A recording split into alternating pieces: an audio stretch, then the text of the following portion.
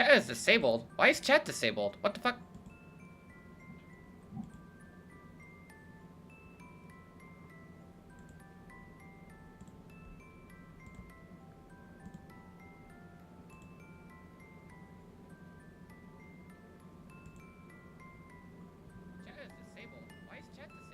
Okay, chat's set disabled on that end. Hey Hazel, can you hear me? Can you hear the game? Are we all balanced?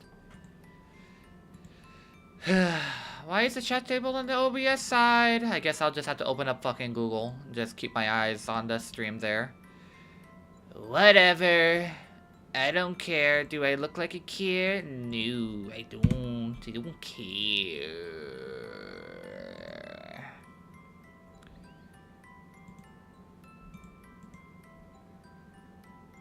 Yee. Luna, everything sounds good to you on your end?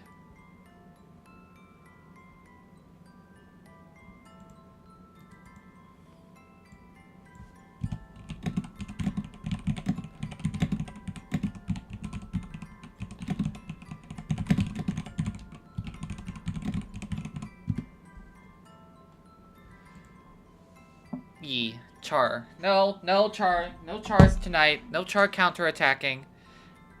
No, nothing. I know nothing, you know nothing. No Char.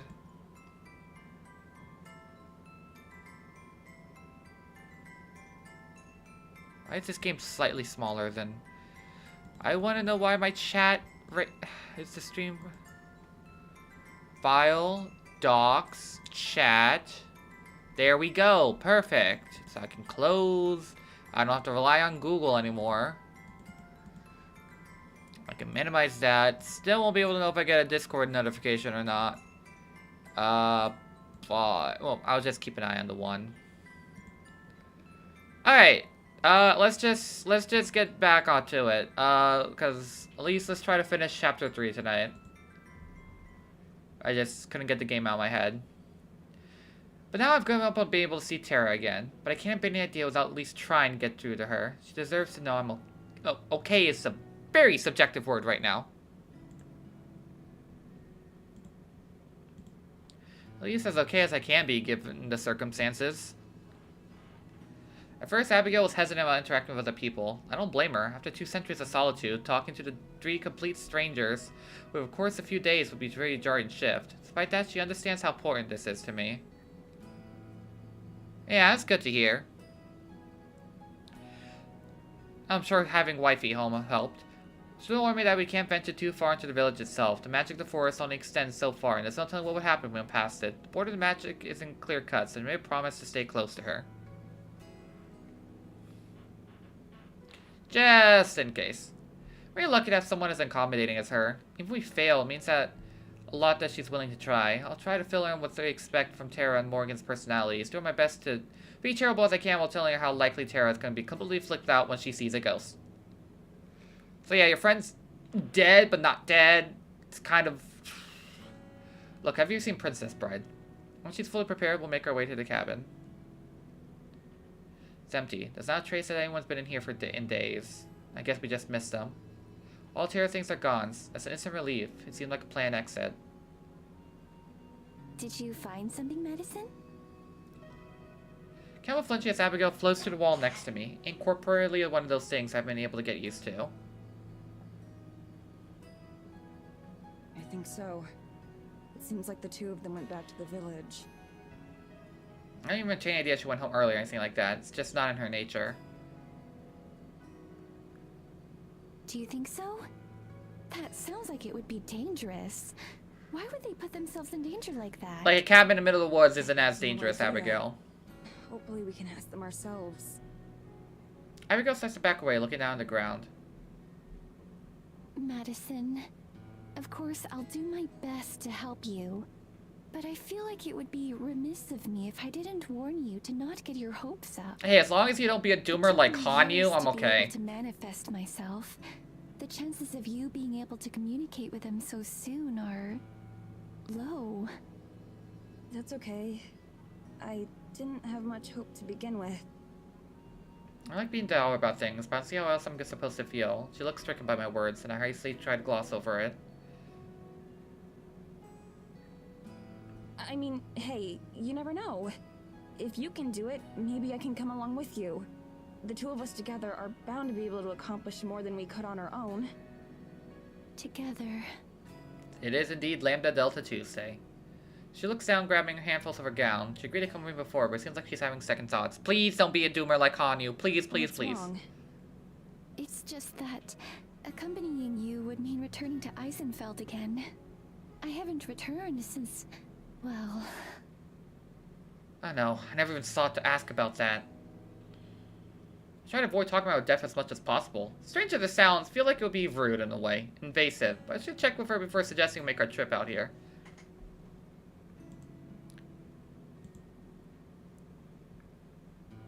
I'm sorry, Abigail. I didn't mean to... To my surprise, she hurries back to me and nearly bumps her head against mine as she closes the gap between us.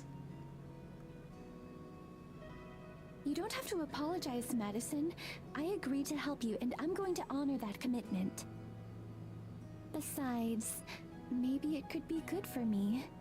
I can't avoid going back there forever. Fair enough. And having you there will make the burden of memory much easier to bear.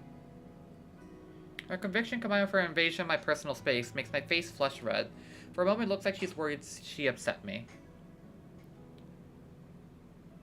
I give her best smiles I manage. After making years of Terra normal, I hoped I have a bit of Terra's charm and social skill would have rubbed off on me. They haven't.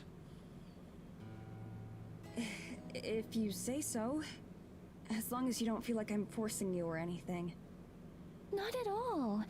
You've been nothing but kind to me, Madison. I want to repay that kindness. If anything, I still feel like I'm indebted to her for saving my life, but I know she wouldn't see it that way. I've done my best to be polite, and haven't exactly made any grand gestures of thanks to her. I think she just likes having company, Maddie. I think that's just enough. Thank you, Abigail. Really. Also, you're gonna let her... Of course. Are we gonna be on Maddie, Abby, like, Shall we? terms? Because we're using our government names. Every time Tara and I visit Eisenfeld, we were stared at when we went. Now, seeing everyone walk by Abigail and me without so much of a glance is surreal. Let's hope that, Evelyn can't see us. I occasionally point out one she not remembered from her time. Her voice is strange with excitement and melancholy. I'm not sure if it encourage her mood or try to comfort her.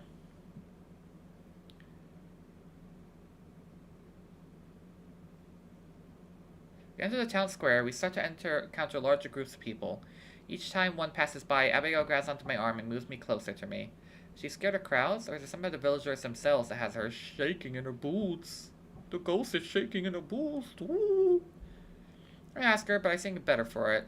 For all I know, this fear could be connected to the way she died. My mind went wild with possibilities. Maybe she was burned as a witch, or cast out by the village. Nah, she tripped on some stairs and died. That's why she's not telling you. Thankfully, it's not too long after we reach Morgan's house. Oh, they're there. More importantly, I hope we can reach them. Are you ready, Abigail? I'm ready. Let's go. We pace through the walls and into the kitchen. And there they are. Tara and Morgan sharing breakfast, close enough to touch. I'd give nearly anything to be able to hug them right now. I'm in a picture of guilt and elation and worry, but more than anything, I'm glad she's okay. Both her and Morgan. I need to talk to Tara. There's so much I need to say and ask. Tara! Can you hear me? Morgan, this is delicious. How the hell do you know how to make all this stuff? Apparently she can't. She doesn't even look in my direction. Most of it I picked up from older folks in the village. The rest I pieced together from random cooking videos. When all this is said and done, remind me to give those channels a shout out in an episode, because this rules. I try to wave my hands in front of my face, hoping that maybe a movement will convey what my voice clearly can't.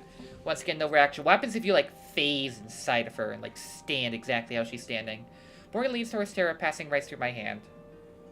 Maybe you'll learn enough while you're here to make a few cooking videos yourself.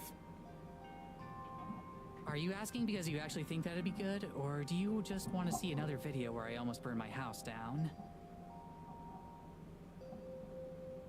Morgan shrugs and gives Tara a small smirk. When Tara chuckles in response, I feel another surge of sadness. I knew I should expect this to work right away, but I'm still crestfallen. Well, guess it's up to Abigail. Having this close hurts in a way I couldn't have imagined. All this time I spent feeling ignored while I was alive seems so trivial compared to this. So what's the plan for today? Got anywhere in town we might be able to hit up for local lore? Most of the official records of town history are sealed up in Evelyn's office, so those are off the table. But we might have some luck checking out older buildings around town. She's done a good job of cleaning up evidence of what Eisenfeld used to be, but maybe you'll notice something I didn't. Sure, I mean, it's worth a shot. Force Spirit can chase a trace of fire I'm used to hope that at least the remaining trace is a sign that I'll regain the fire someday. She's not alone. Morgan reaches out and puts her hands on Tara's shoulder, squeezing gently. When she speaks, her words are soft and strained. Are you going to be okay? What do you mean? After yesterday, if you need some time to rest, nobody's going to blame you. Tara looks down for a moment, but when she looks up again, those eyes held the same fire I so often back home. I'm good. The sooner we get some clues, the sooner we can end this shit for good. Are you sure? 100%. We got this. Feel the urge to hug her again, even stronger than before. I have a shred of evidence that suggests anything other than dead and gone, but she still hasn't given up.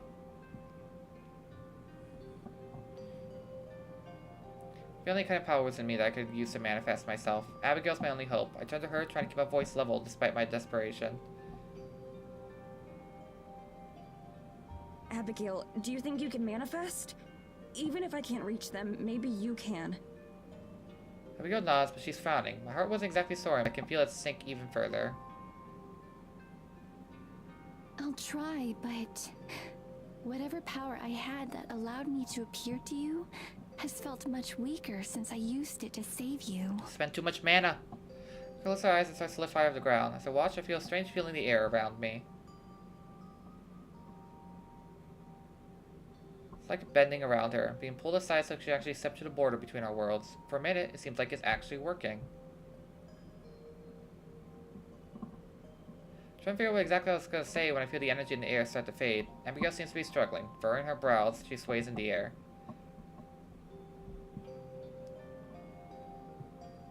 Her face scrunches and guilt stabs me like a knife. Is she in pain? Abigail, stop.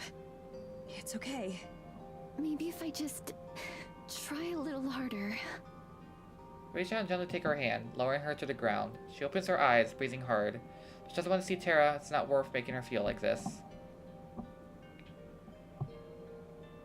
It's okay. I promise. We can try again some other time. Abigail gives the faintest nod and stares down at her feet. Her hands ball into fists as shoulders rise and fall. I'm so sorry, Madison.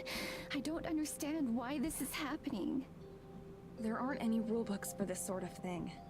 I don't blame you for not knowing about things most people think are impossible to begin with. This point I'm feeling takes the back seat to concern for Abigail's well-being. We're locked to making her come here in the first place. Maybe Jello Dota could see this us? was a long shot. I'm just happy I got to see them again. Are you sure? I'm not, but I can tell her that she'll try it again. It's better this way. I'm sure. You've done more than enough by coming with me. Look back at Tara and Morgan, taking what I pray is my final glance at them. To my surprise, Tara's leaning against Morgan's shoulder, while Morgan's arms wrapped around her back in a loose hug. Thank you. As messed up as all this is, I'm glad that you're the one helping me get through it. Tara's voice is soft and carries vulnerability I don't think I've ever heard from her before. Same here. We make a good team. Tara raised her head to look at Morgan, their faces inches apart. We should have a team name, like the Dream Team or something. We'll work on it. I had a feeling those two had something going on before. But before all this happened, Not surprised, being honest, stuff like this kind of happened before with her, but it's always a one-night stand or some kind of quick fling. Never the kind I would think with a real vulnerability. Then again, she'd never been in a situation like this before. Maybe losing me brought her out part of her I never knew she had. Smiles my thoughts, Morgan leaned forward and kisses Tara. It's a lot more simple than a quick peck on the lips. It's something deeper. So deep in fact I have to turn away. It seems wrong to spy on something that's intimate. Next to me, Abigail is also turned away. Her face is bright crimson and her hands are also close to her chest. Abigail, have you ever seen women kissing? Since the kiss act's first act of intimacy she's seen in 2 centuries. Well, I know. This could be her first time she's ever seen 2 women kiss. Okay, thank you, Maddie, for having the same thought I had. You okay? She looked at me slightly alarmed. Yes. I'm okay. I just wasn't prepared for something like that. Trust me, I wasn't either. Abigail paused for a moment, closing her eyes and taking a calm breath. It is nice though, isn't it? A love like that can give someone incredible strength. Yeah, I'm happy for them. I really am. Maybe this will help her cope better now that I'm gone. But we should probably go. I feel really weird being here for this. Of course. Maybe we can try this again another time. Her words lack conviction, but she doesn't protest. I'll have to think of some ways to cheer her up once we get back to the church. Hey, do you wanna maybe... Front door creaks open. All 4 of us freeze as we face the entrance. Hey! Evelyn stalks in and slams the door behind her. She can't see us, right? She didn't say anything, but neither did Tara or Morgan. Tara's shaking and Morgan placed a protective arm in front of her as she glares at her mother. Sugar too, definitely want to look away, but feeling futile. Part of me screams to do something, anything to get away from Morgan and Tara. Yet there's a strong part screaming, I need to leave, I need to get off here. But I feel just as frozen as the day I died.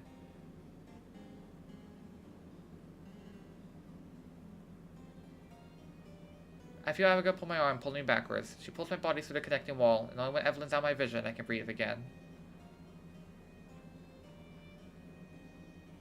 Abigail presses against me, just as stunned as I am. I try to keep her calm, telling myself that she doesn't even know why we're here. That she doesn't even know we're here, that she can't hurt me anymore. Evelyn passes the door in the corner where Abigail and I are lurking. And she stops.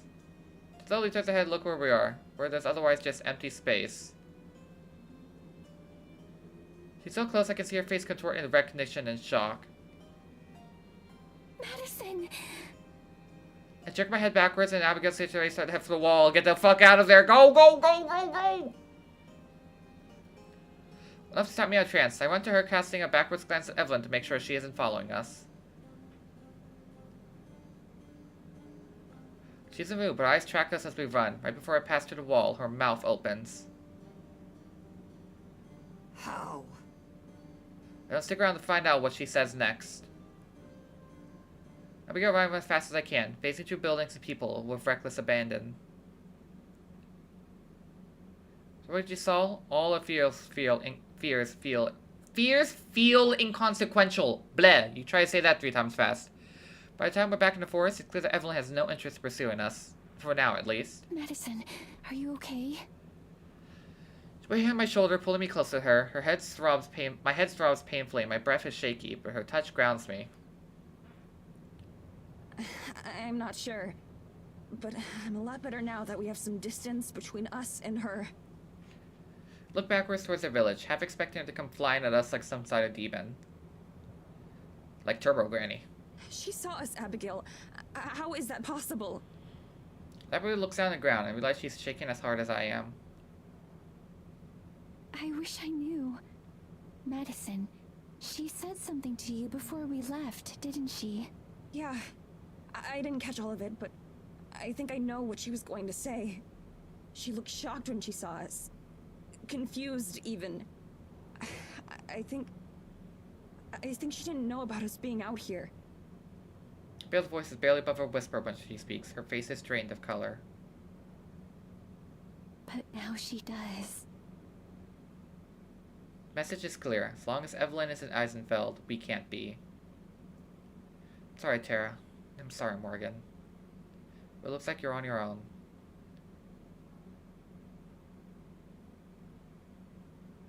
Abby! Are we friends enough for me to call you Abby? Or do I have to stick with Abigail? The midday sun sits high in the sky, setting even a glitter. The vibrant music of the forest, the pitter-patter of dripping snow, the chitter-chatter of birds, and the accompanying breeze is especially loud today. The events of yesterday are a forgotten nightmare. So today must be a dream come true. Madison stands with her back to me to the church, facing the forest. Her head is tilted back ever so slightly. For the first time, she truly looks at peace. Briefest moments, she's framed by the sunlight. So perhaps sensing me watching, she turns around and smiles at me, and I can't help but smile back.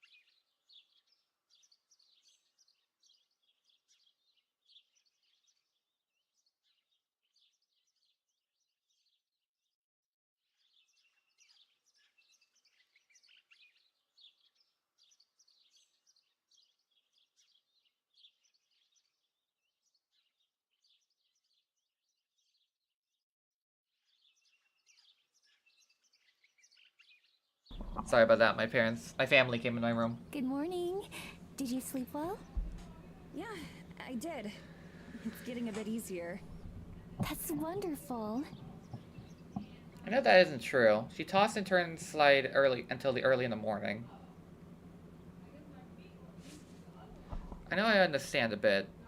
Whatever it takes to help feel more comfortable, more at home. I wish I knew how to help. For me to sleep was the last thing on my mind after I passed. I explored endlessly, backtracking over and over again until I knew every step of these woods. I made the most of my situation as best as I could. And rather well, if I do say so myself. What would you like to do today? The same thing we try to do every day. Try to take over the Where world. fairies live? I'd like to see it again. My soul sings. That now everywhere we've been, this was the place she wants to return. I rush her aside, drawn to her presence like a magnet. Simply being near to her makes me happy. A part of my mind screams that I don't deserve it. The same way she doesn't deserve to be so miserable. Still, I put my brightest smile on as I touch her arm. That sounds perfect.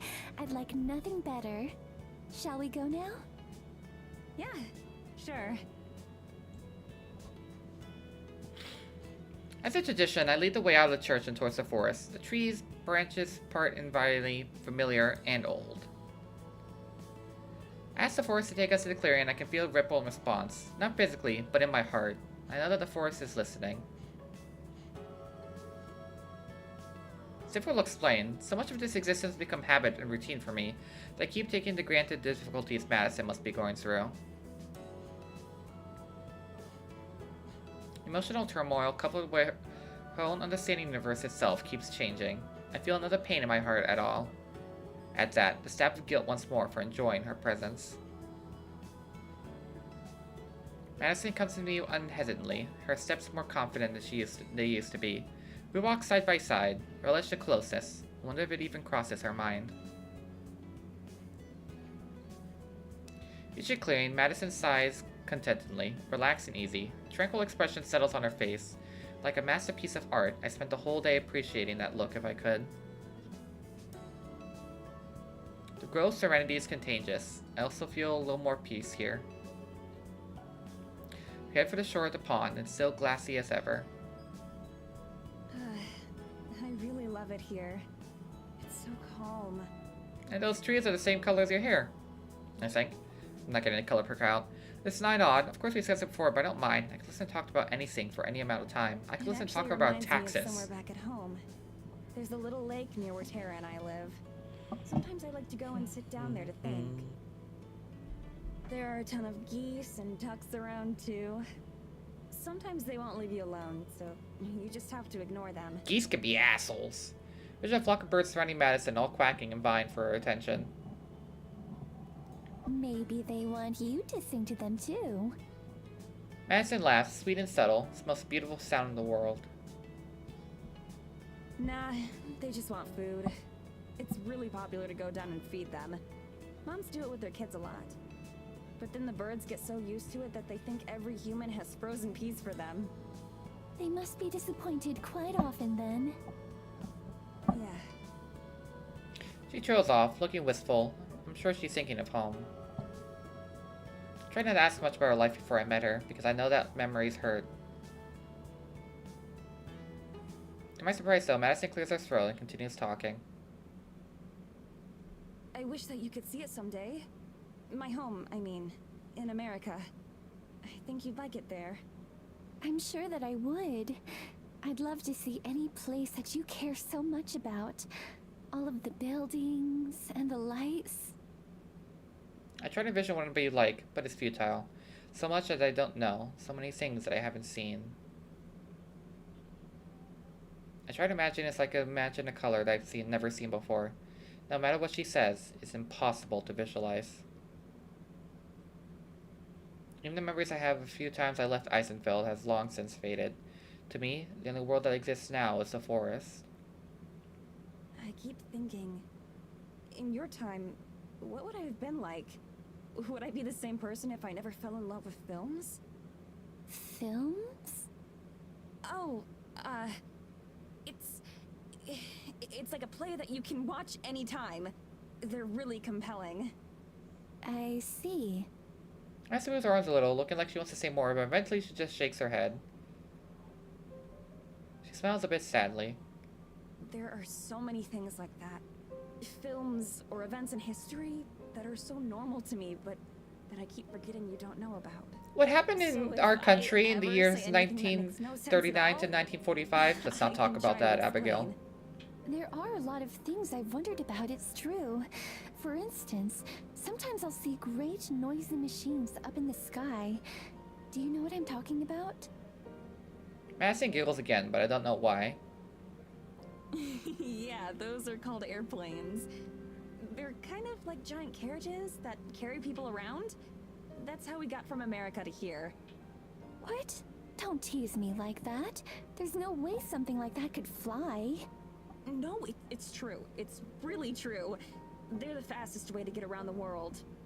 There are also these things called cars, which are much smaller and only fit a few people. But most people own their own car and use it to get around. Do you have one? I do.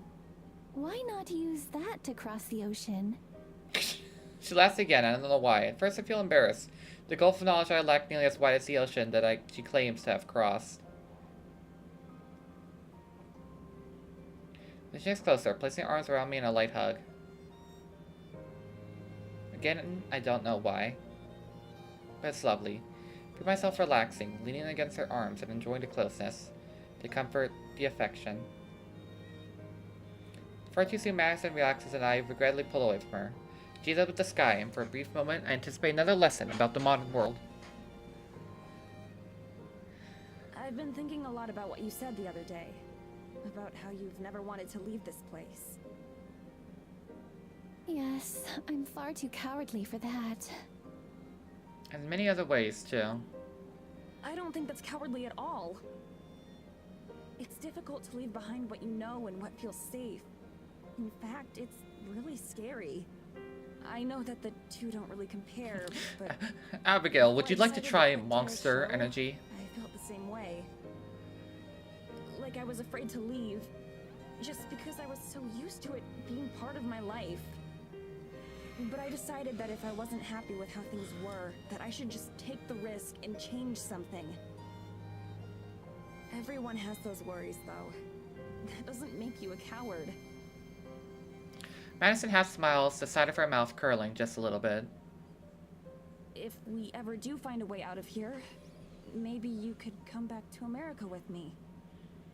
She's joking. I'm sure she doesn't mean it, at least not fully, yet my heart flutters like a bird taking flight.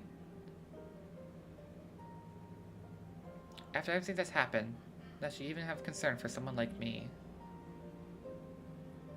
Truly the most extraordinary person I've met.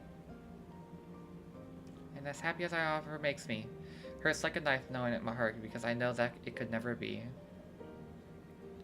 One deserves that kind of happiness anyway. Still, a smile back in kind. That might be nice. Would I have to ride on an airplane?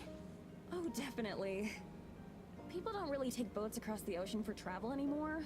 Not nearly as much. Pretty much everyone flies. Isn't that scary? How does something so heavy manage to stay up in the air? It's kind of scary the first few times, but you get used to it. As for how it's possible, well, there's all sorts of science behind it, but that would take too long to explain. Anyway, though, you could stay with me and Tara. We've got plenty of space. Or we could help you find your own apartment.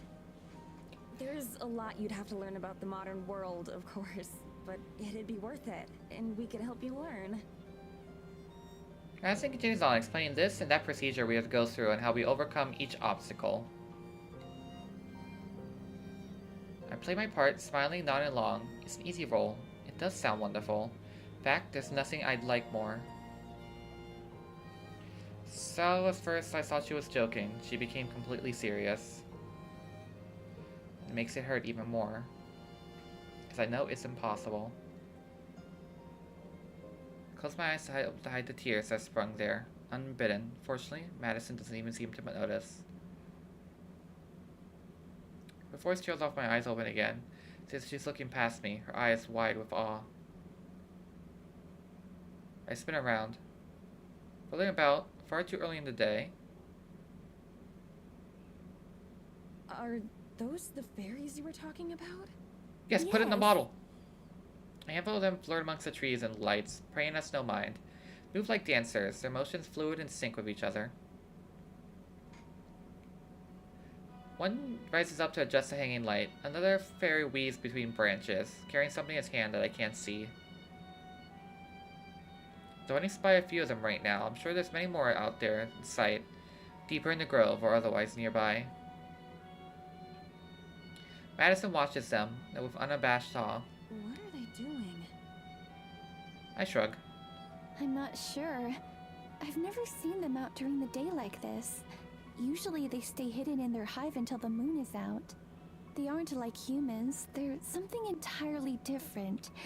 Even though I've spoken with them before, I don't really understand them. Wait, they can talk? Like they can speak human language? Yes. They aren't the most eloquent, but yes. I see. The only time I talked to them was the first time I came to this grove, on my own. First they tried to drive me out, but eventually realized I meant no harm.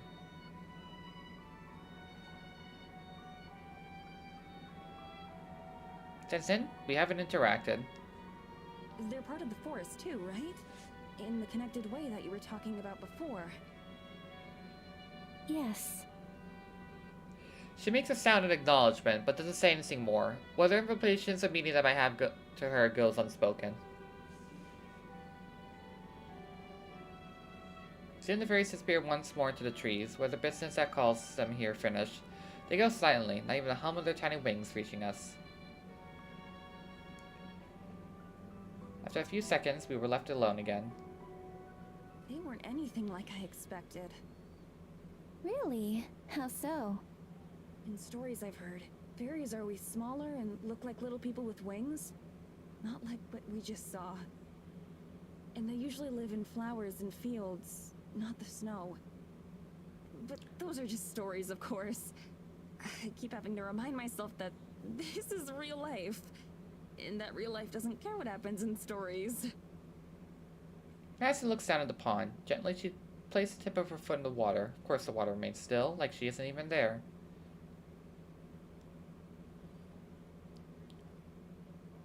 She takes a tentative step forward, still standing upon the water. Supports her effortlessly. Her hands are slightly outstretched. as she might lose her balance or footing and fall in. She turns around to face me. I had an idea, actually. About getting out of here. Do you think that the forest spirit could help us? It's powerful, right? Maybe it could use its magic to make us humans again. We could even talk to it together. You'd seriously be welcome to come back with me and Tara. I'd like that a lot, actually. I can't look at her, can't even meet her eyes. I just nod, trying to smile and hoping that she doesn't see my tears. I'd like that too. Perhaps it could help. There's certainly a chance. There isn't. Her face lights up. Even the prospect of leaving makes her happy. Great!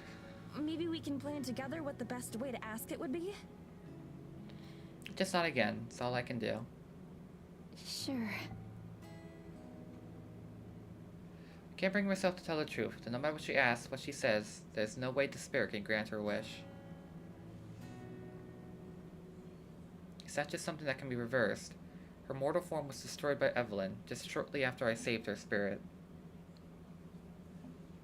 As far as the rest of the world is concerned, Madison Raines no longer exists. Neither the forest spirit nor I have the power to remake her. There's no escape.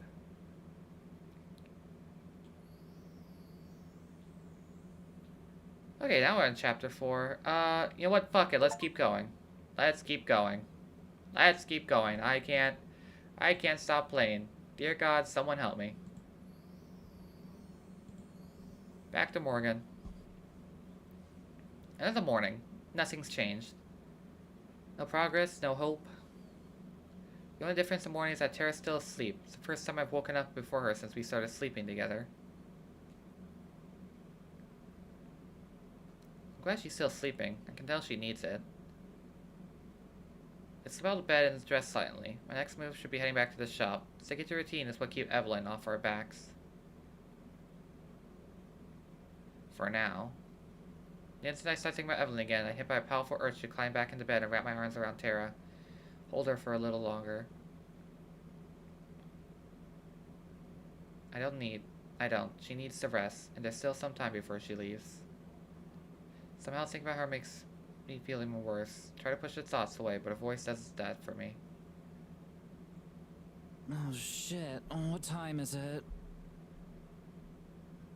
She's up in bed, rubbing her eyes. She's still wearing her clothes from the night before, at least the top half. But Sarah sitting up doesn't mean she's actually awake.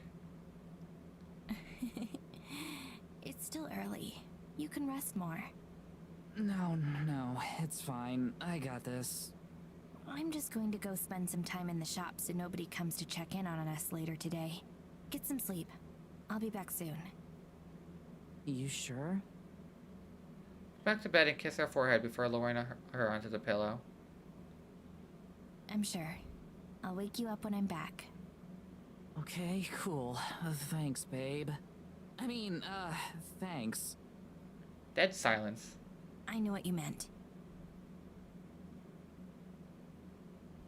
Out the door before either of us can say a word. Don't want to think about that right now. I just need to get out to the shop. Sup? Focus and will slam into Evelyn the second I step outside. No need to rush, dear. Brain jumps to panic mode. Why is she here? She's never here in the morning. Did she come for us? Door the shuttle away. I can run back inside, grab Tara, get out.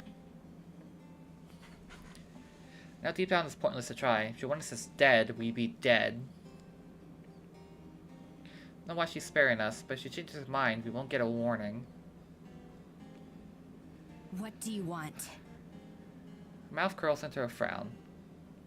Am I not supposed to take an interest in my daughter's life? I thought you had outgrown that phase.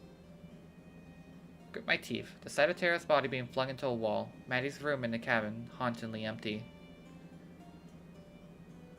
I have the right to pretend to be my mother anymore. I'm not your daughter. Morgan! Flinch as she raises her voice. I hate letting her get a rise out of me, but there's too many memories to make me afraid of that sound. She just sighs and her features sink. She looks almost visibly hurt. Only almost. There's something inhumane about her expression. Something I've never been able to understand. You can be so cruel. Why does it look like her right eye has the You weren't Mangekyo always. Sharingan? When you were young, you were the sweetest thing. You would never imagine the things you say to me so casually now. I clench my fists. I have to keep it together. My nails push slightly against the skin of my palms. As always, my fingers freeze before they draw blood. I'm going to work. Voice comes out of a rasp as I cringe at the weakness of it. She puts her hand on my shoulder as I try to walk past. Work can wait, dear. I'm sure your customers will understand. I have something to show you. I thought since you were so desperate to see in my office, I could give you a little glimpse of what I keep in there. Evelyn dropped her hand, her lips twitching into a sickeningly sweet smile. If you're not interested, however, I'm sure your American friend would be eager to join me. My blood freezes. I want to hit her. I want to scream at her. I'm not sure if it's fear or the curse she's placed on me that keeps me rooted to the spot. I can't even look at her now. She knows she's won. She always has. I feel her eyes on me and she waits for me to follow her.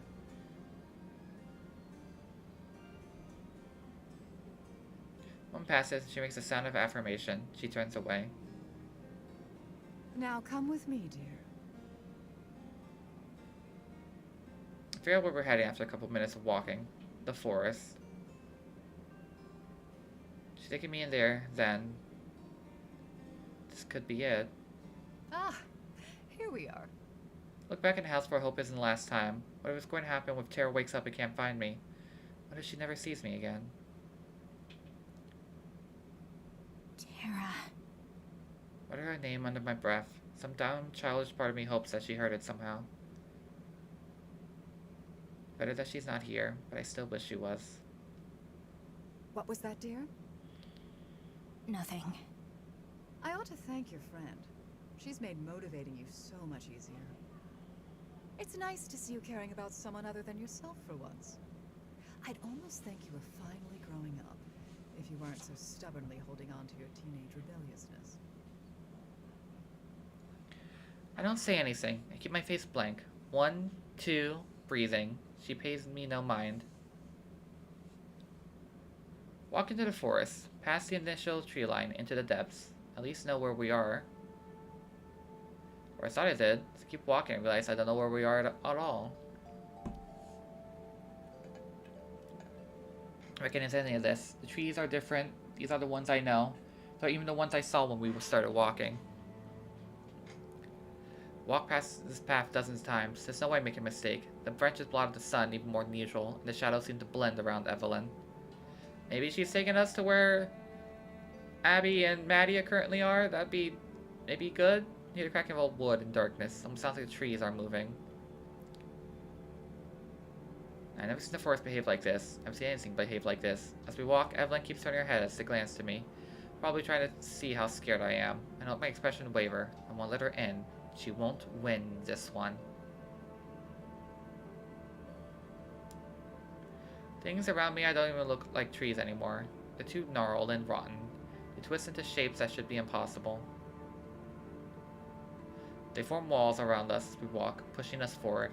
I can't help drawing in on myself. The whole forest is closing around us. It's harder to breathe. I feel like I'm about to be crushed by the forest itself.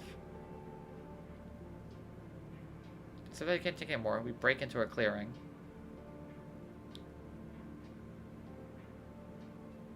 In the center of the clearing is a beautiful, radiant tree. Okay, well, actually going... Okay. Maddie and Abby are actually heading to this spot. It's brilliant. Really brilliant green needles. The gem is so thick and sturdy, the bark makes it look somewhat armor-plated. The rich scent of pine fills the air. The shadows around us are kept at bay by some shimmering golden light. I can't breathe again. Crisp, clear air fills my lungs. This awful sensations of twisted forest are all but forgotten. Reach out my hand. Will only reach. Something inside me tells me I'm not supposed to touch it. That I'm not even supposed to be here. What is this? She ignores me. At least I think she does. I don't turn around to look at her, too transfixed by the trees ahead of me.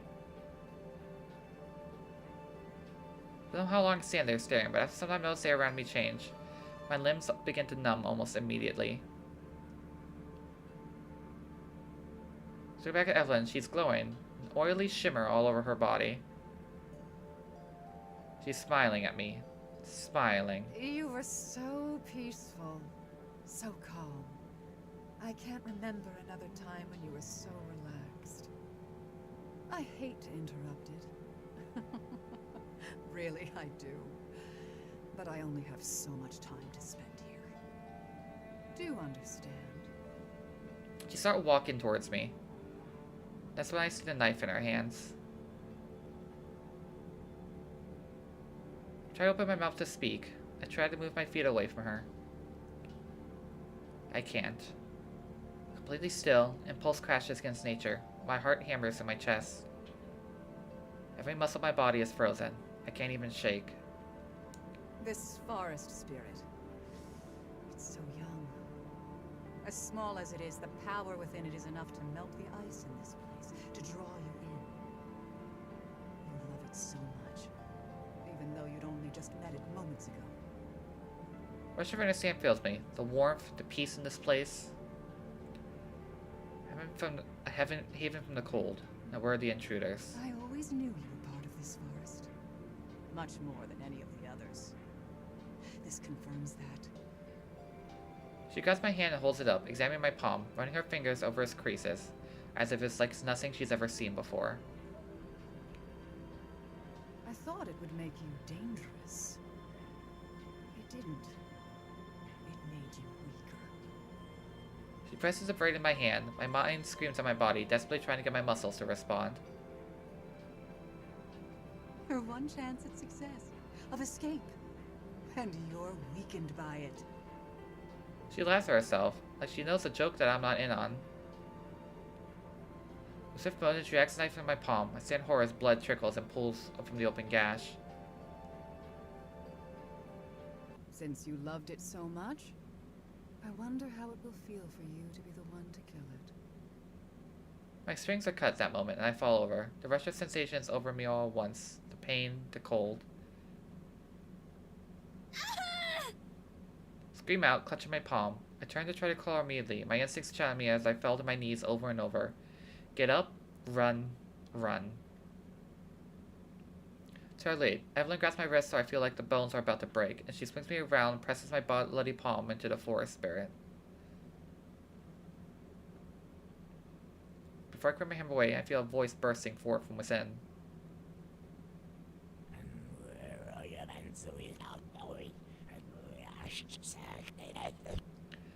Facts! Pain rips in my chest the more I try to hold the words back. Cover my mouth with my hands and stumble back in horror. But it's too late. Explainable sound fills the air, a hideous groaning. I don't know what it is. I don't want to admit it to myself, though. It's the spirit. Blackness moves upon the shining green needles. The calming aura disappears completely. It's replaced by something else. Pain. It's pain. I fall to my knees as the trunk begins to twist into itself. Bits of bark fall into the snow. The rotting blackness creeps from the roots, and the unsteady trunk begins to sway. The needles wither and die. My head is filled with its suffering. You hear it cracking then. Black tar seeps out from the bark, smelling of death. Bursts into flames. No, no, no, no, no! Try to hold my mouth closed. Incantations leave my throat in a voice that's mine, but yet isn't. Evelyn's standing further back now, watching the scene before her. Her face is contorted into a terrifying grin. She's enjoying this. Crackling grows louder. My breath catches in the fire, and out of the corner of my eye see Evelyn, hand outstretched. No! Don't! Stop! Crack goes loud into the thunder. The splitter's trunk splits into two. A beat of silence follows. Then I hear the screams. Came from around me. Something crying out within the woods. A shrieking, earth-shattering wail. My heart breaks. It's not something in the forest. It is the forest. Somehow the trees around me are screaming in pain. Screaming now. I can barely hear myself through my shrieking vortex around me. I can't look. Bow my head, still screaming as the fire burns. Even the fire feels rotten. It's cold, freezing. Fire blooms around the trees, shooting high above the tree line. In one giant, blinding burst, the tree is gone. All that's left is a sudden circle of scorched earth. Burn is more intense than anything I've ever seen. It looks like it stretches down forever. Somewhere in my heart, I know nothing will ever grow here again. The screams start to fade. I slowly take my hands from my ears. Thank you for being such a help, dear. Really. You're a monster. How funny. Your mother said the exact same thing. You really do take me for her. Can't gather my thoughts enough to respond. Screams are still echoing in my mind. Never forget this day, child.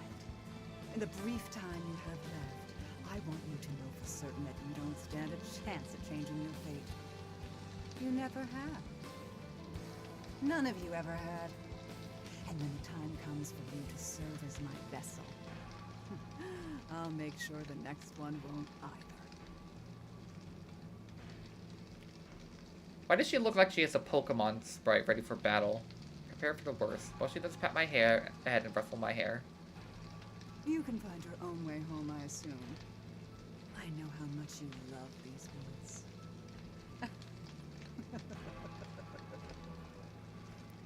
She gives another chuckle as she turns and walks away, heading back into the shadowy trees. She disappears into the darkness. All that's left is me and the disgusting burnt circle. My mind is blank, numb with shock. Quietly, slowly, what thought begins to take form.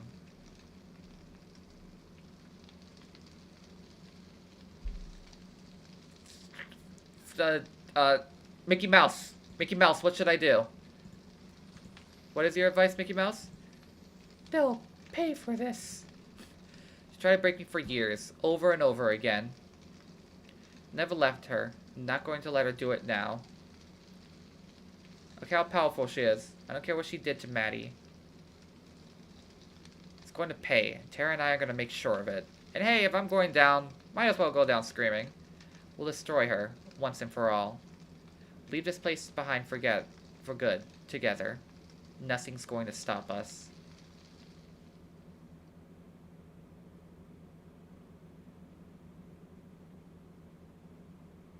I open the front door and the weight drags me as I forward as I stumble inside. Prop myself up on the knob, trying to catch my breath. I can't. Tara must have heard the door because her footsteps come booming down the stairs. She doesn't fall. That's why she's even the last time she ended up slamming into the wall.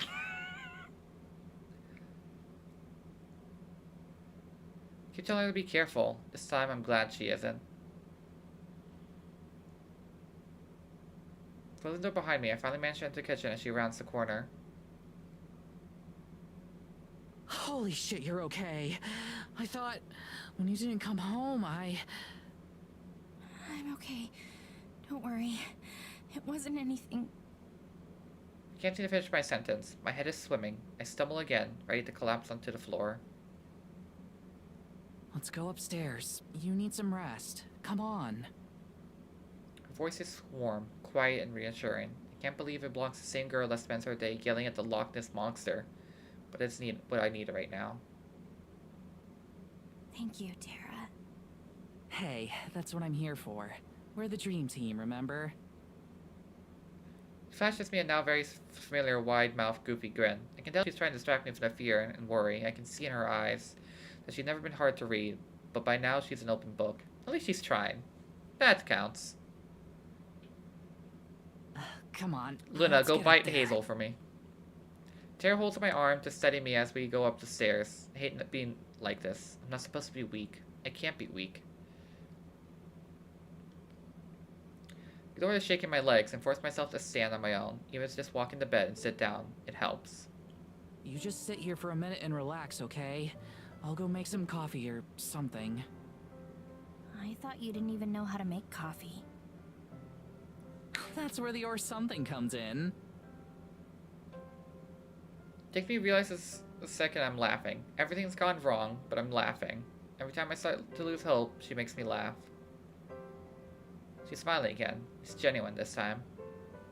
I guess I'll take the risk. Thank you, Tara. I'm not good with words. I want to kiss her, to thank her genuinely. Not the right time. I kiss her cheek instead.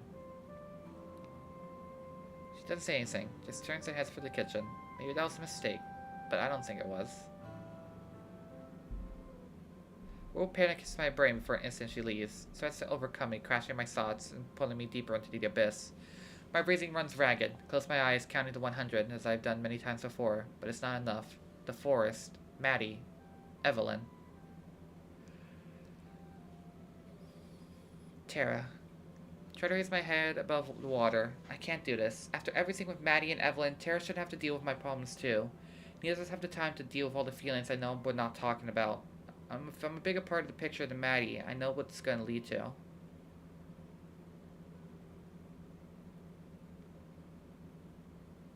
I'll hold it in. I'll be fine. Shake my head. So much harder to lie to myself than it used to be.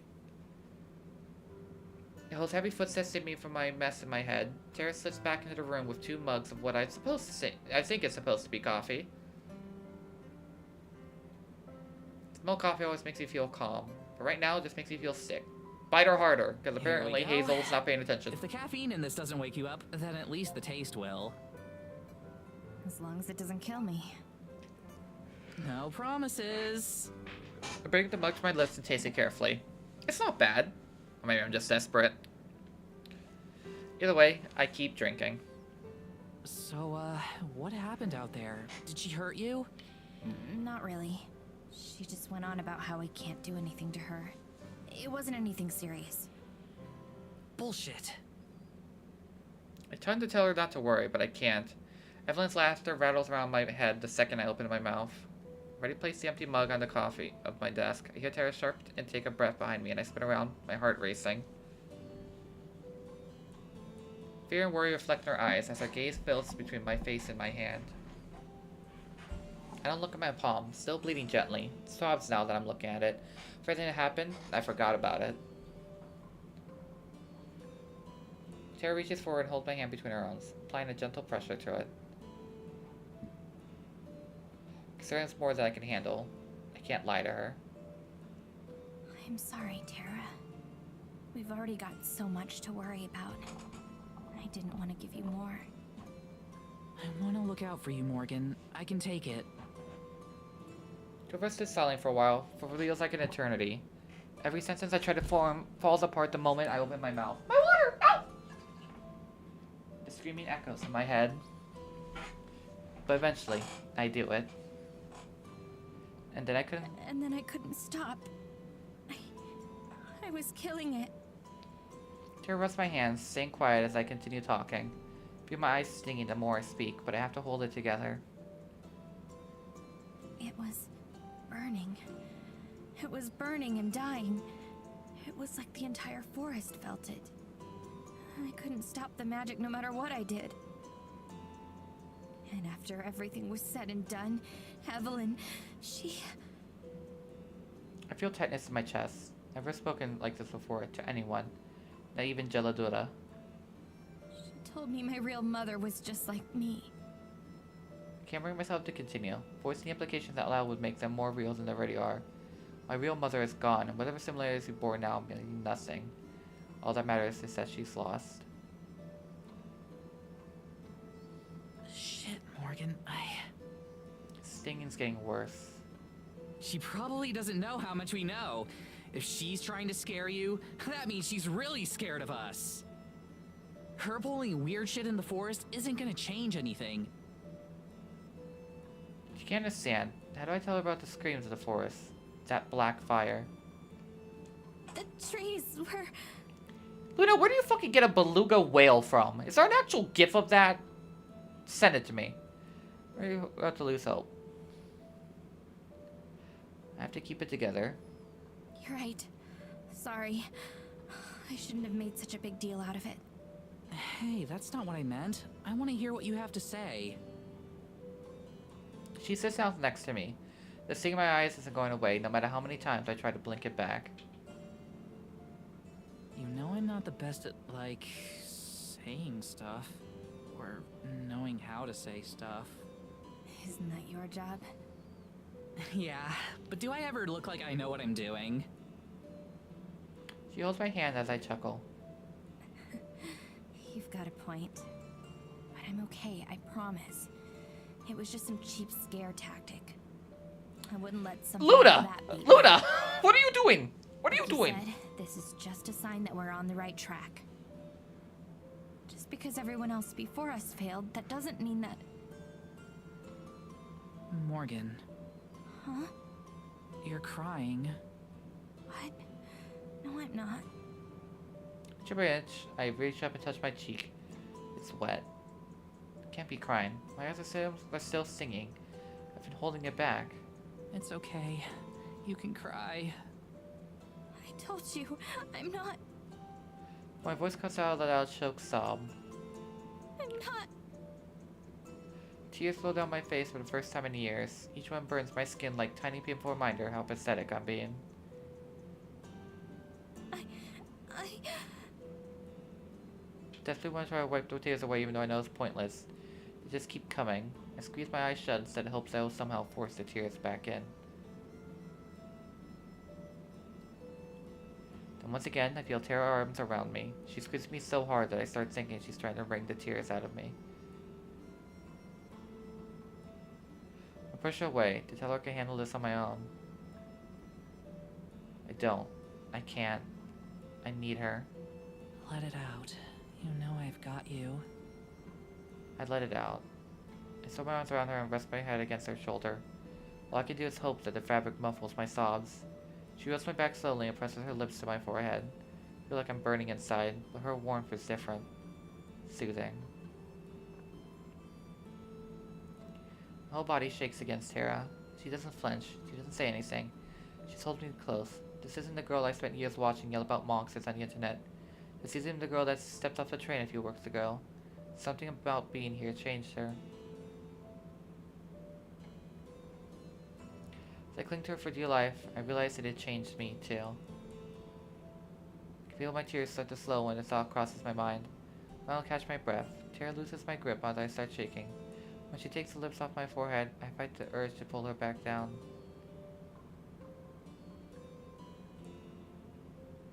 Pull away and sit up instead.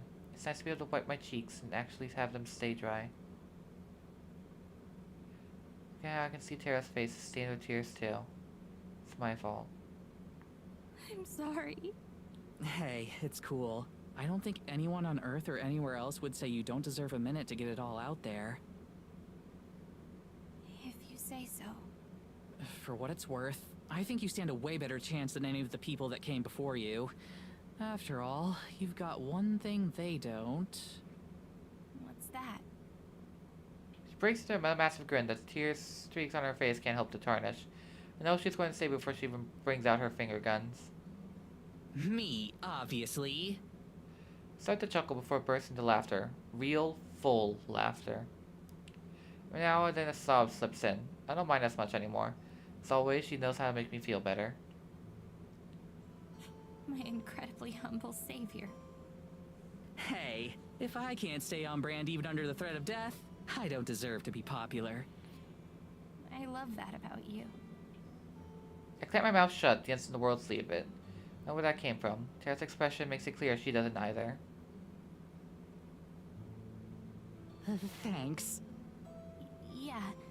Yeah, no problem. My God, say it. Look away from each other. Do my best to focus on anything in the room will hold my attention. Hey, can I say something? When I look back at her, I can see her entire face is bright red. As much as I love to joke, I'm 100% serious about you having something that they didn't have. More than one thing, actually. What are you talking about? I mean, you're really brave. Like, the bravest person I've ever met. You're smart, too. Hell of a lot smarter than I am. You're... scrunches up her face in a cute way like she always does, trying to figure out what to say next, which means I've seen a lot. You're all the things that I act like I am. You're smart, you're brave, you're strong. You're not afraid to fight back against bullshit. You're beautiful, you're capable. You've been through a ton of bad shit all your life, and you're still fighting, even against things nobody else out there believes. I spend nearly every day of my life thinking about the strangest things in the world, and I still couldn't have imagined someone like you really existing. I've watched her ramble for years, and I'm sure by then she'd be incomprehensible. But I hear every word, and I can feel my heart beating faster with each one. And you're just really awesome and fun to be around, and being here with you is one of the best things that's ever happened to me, and I don't want this to end, and I'm...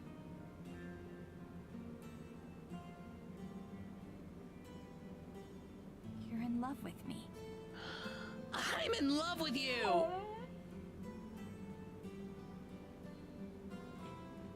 Wait, did I just... She... Roasted in sudden silence. I tried to tell myself that I didn't know where that came from. Another lie. Known that for a while now, just like I know that I... Look, I'm really sorry. I know we agreed from the start that we wouldn't catch feelings. I swear I've never had this happen before. She's a mess. But she's a mess I'm in love with.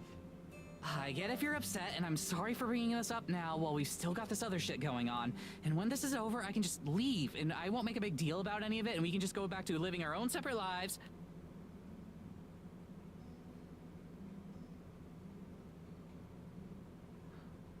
I grab her cheeks and pull her face towards mine before she realizes I've moved. Bring her lips together hard and kiss her in a way I've never had before. I don't know how to describe it. I know it's something new. We kissed plenty of times, but this is like one of those. It's like a kiss I've ever had with anyone. It's healing. It's grounding. It's incredible. It takes a second before she kisses me back hard. She grabs me again. I can feel her hands move along the length of my body. It's like she's looking for handholds. Lights in the back of my mind. It's the first time I've had a kiss this deep without any of us putting their tongue in the other's mouth. I laugh if they have more important things to do with my mouth.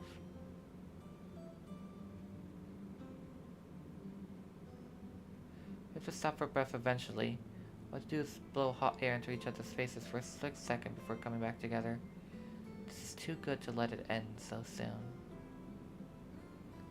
One of us is crying. Better not be me. We break to gasp for air. I love you too, obviously. Tara plants smaller kisses on the bottom lip as I speak. Yeah, I kinda figured.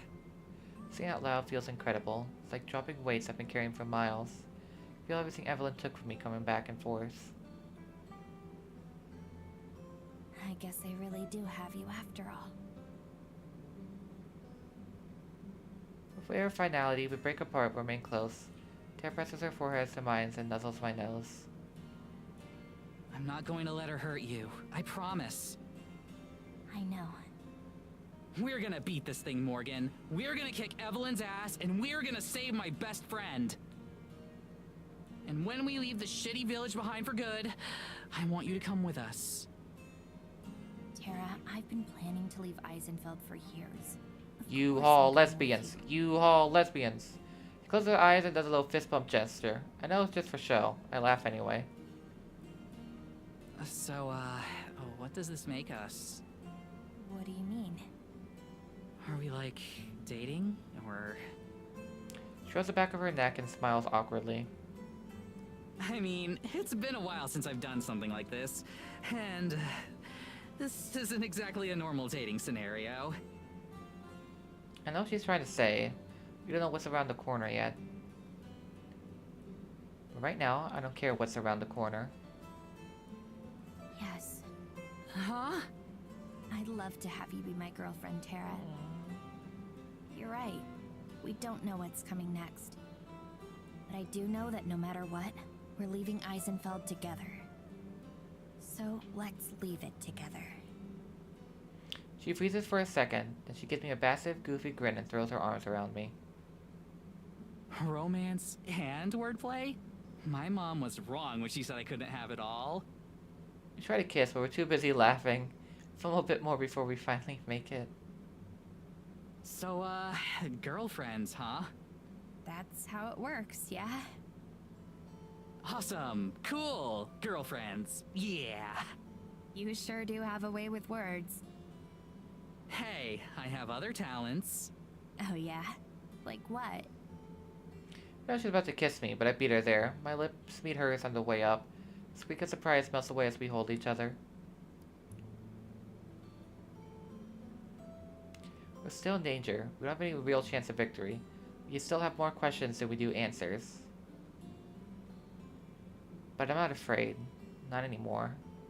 We're going to make a life for ourselves. There's more out there in the world, and nothing's going to get in the way of that.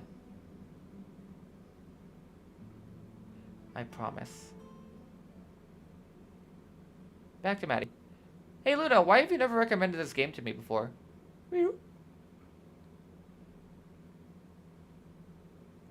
It's a weird morning. Usually I get up, Abigail's awake and ready to go, and she's usually she has been for several hours. This morning though, I woke up to find her dozing nearby, long past where we normally be up. She claimed about having headaches, so we decided to take a walk to the forest to clear her head.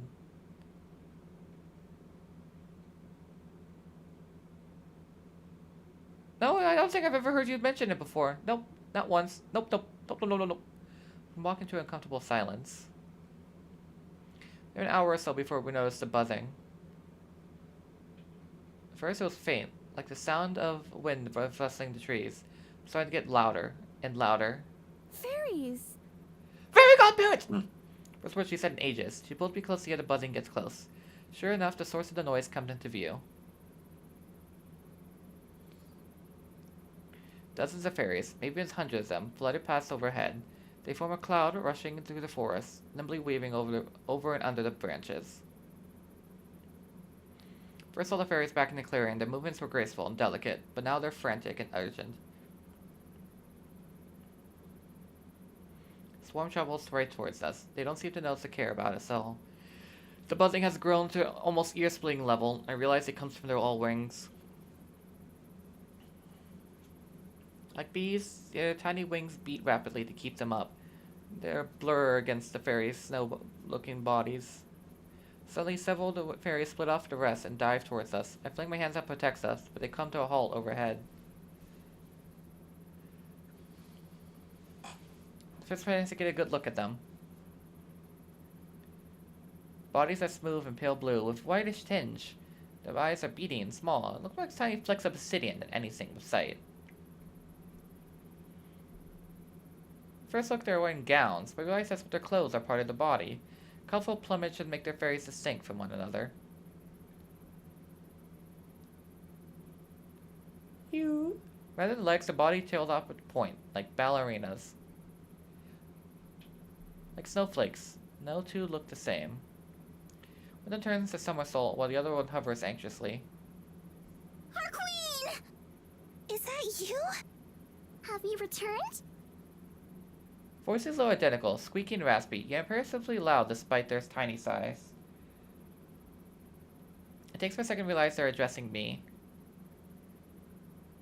I'm sorry. I'm not your queen. I'm just an ordinary human. A human? Ordinary? Don't think so. They crowd a little closer. Their fingers grab the empty air as they pick me up and carry me away. Take a step backwards, while everyone was still holding to my arm, but the fairies just creeping even closer. Their wings beating like hummingbirds fast, distractingly loud. I promise, I'm just a regular person. You're mistaken if you think I'm your queen. A mistake? Have you seen her? We've been looking. We haven't seen her. We haven't seen anything like her. I know what the fairy queen looks like, but I'm sure I haven't seen anything that fits the description. How long has she been missing? It's hard to say. Did you know? Time is a human concept. The answers aren't helpful at all. They understand my question, which means they have some knowledge of time. Doesn't make any difference, though. rest of the swarm moved on, but the buzzing faded once again. I don't think they don't seem bothered. If we see her, I'll be sure to tell her you're looking. That won't be needed. She surely knows. That's why she's our queen. Fairy's particular way of speaking this turn is almost comical. Since they have left us alone, I assume there's still expectation of hoping up for something. I'm afraid to find out what. Do the three of you have names? We don't. We have no need. Names are for humans, too. You know, a lot of Nielsen. Given everything else about seem insect-like, I just have the hive mind of sorts. With everything else I know about the forest.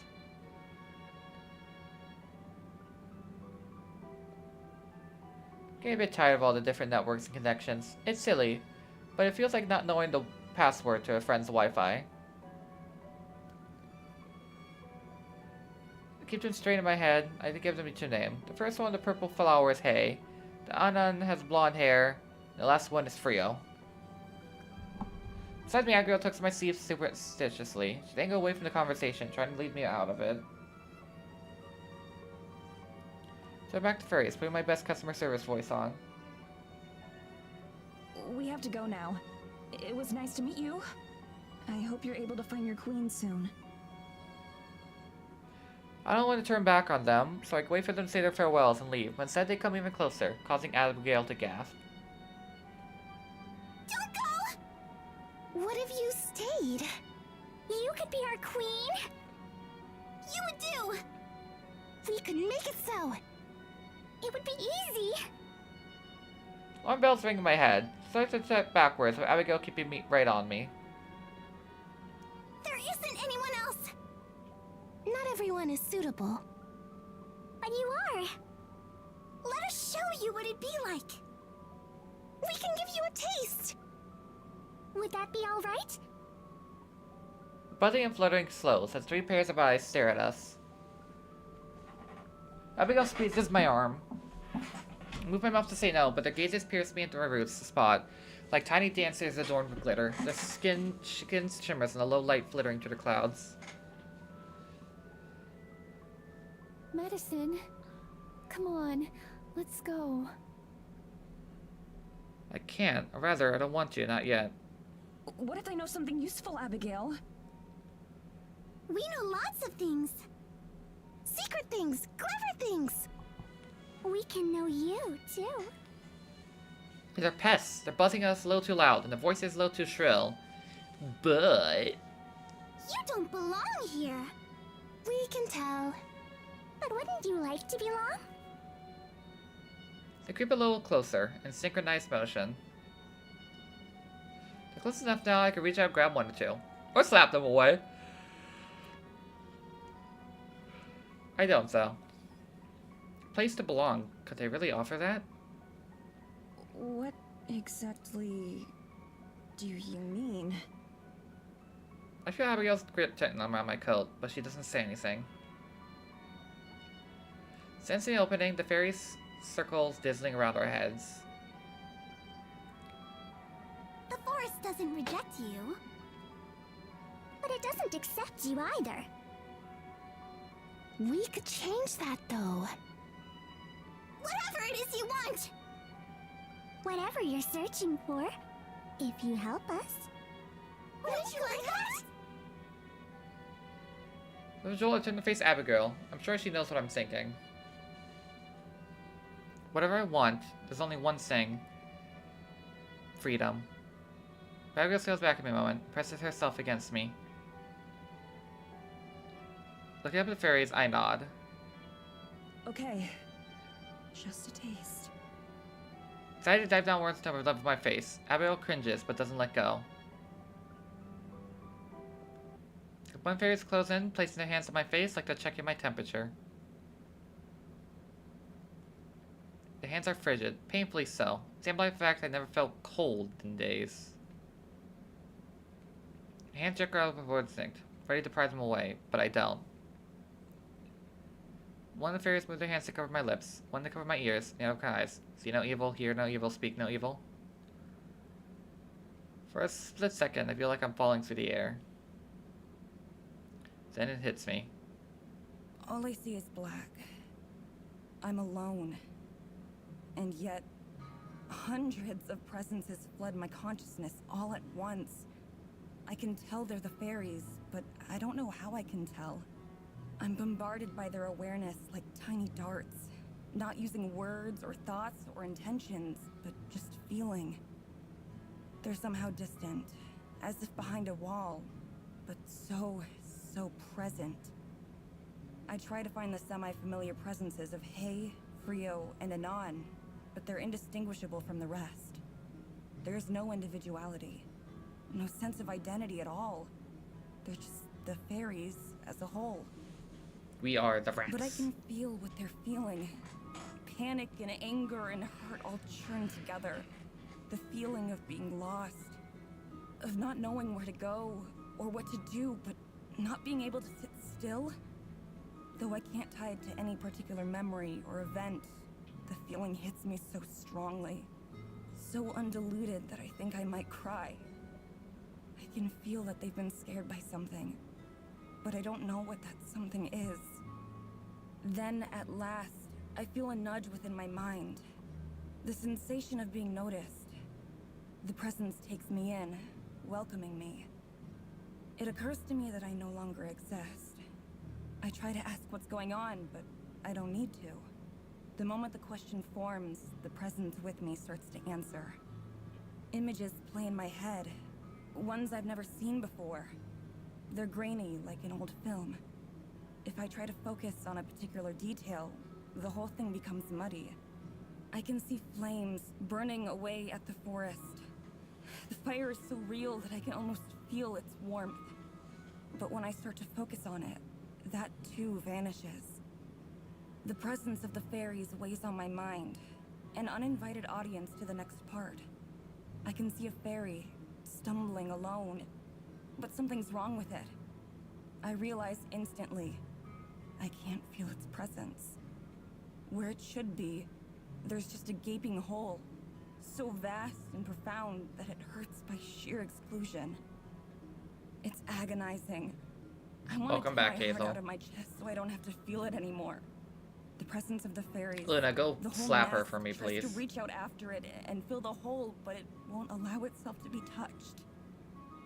The moonlight overhead, which I crave, falls onto the lone fairy who hastens to escape it. The lone fairy flees, and the rest of them, the rest of us mourn. One word pulses through my head, both a condemnation and reassurance. One word, though I don't know what it means. Moonsick. Moonsick. Moonsick. Moonsick. Moonsick. Moonsick. Moonsick. Moonsick. The vision twists, and I can see a woman. But she isn't a woman. She's also a fairy, but not just.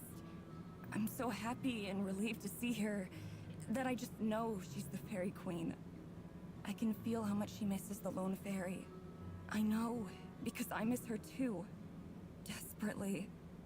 I can see her searching, her hope never fading, until one day, she's gone. The loss is even greater this time. A sick mixture of guilt and shame plagues me, because I don't know where she is. I don't even know how long she's been missing. How could I have not noticed? The loneliness is so great that I want to do anything to erase it. Another silhouette flickers, just out of sight, but I can't keep track of it. We all have to watch it together, and then I realize it's me. But just like the fairy queen I saw before, it's also not me. Visions of time pass, months, years, centuries, and throughout all of them, all of the loneliness is gone. It all feels right. I could fix this.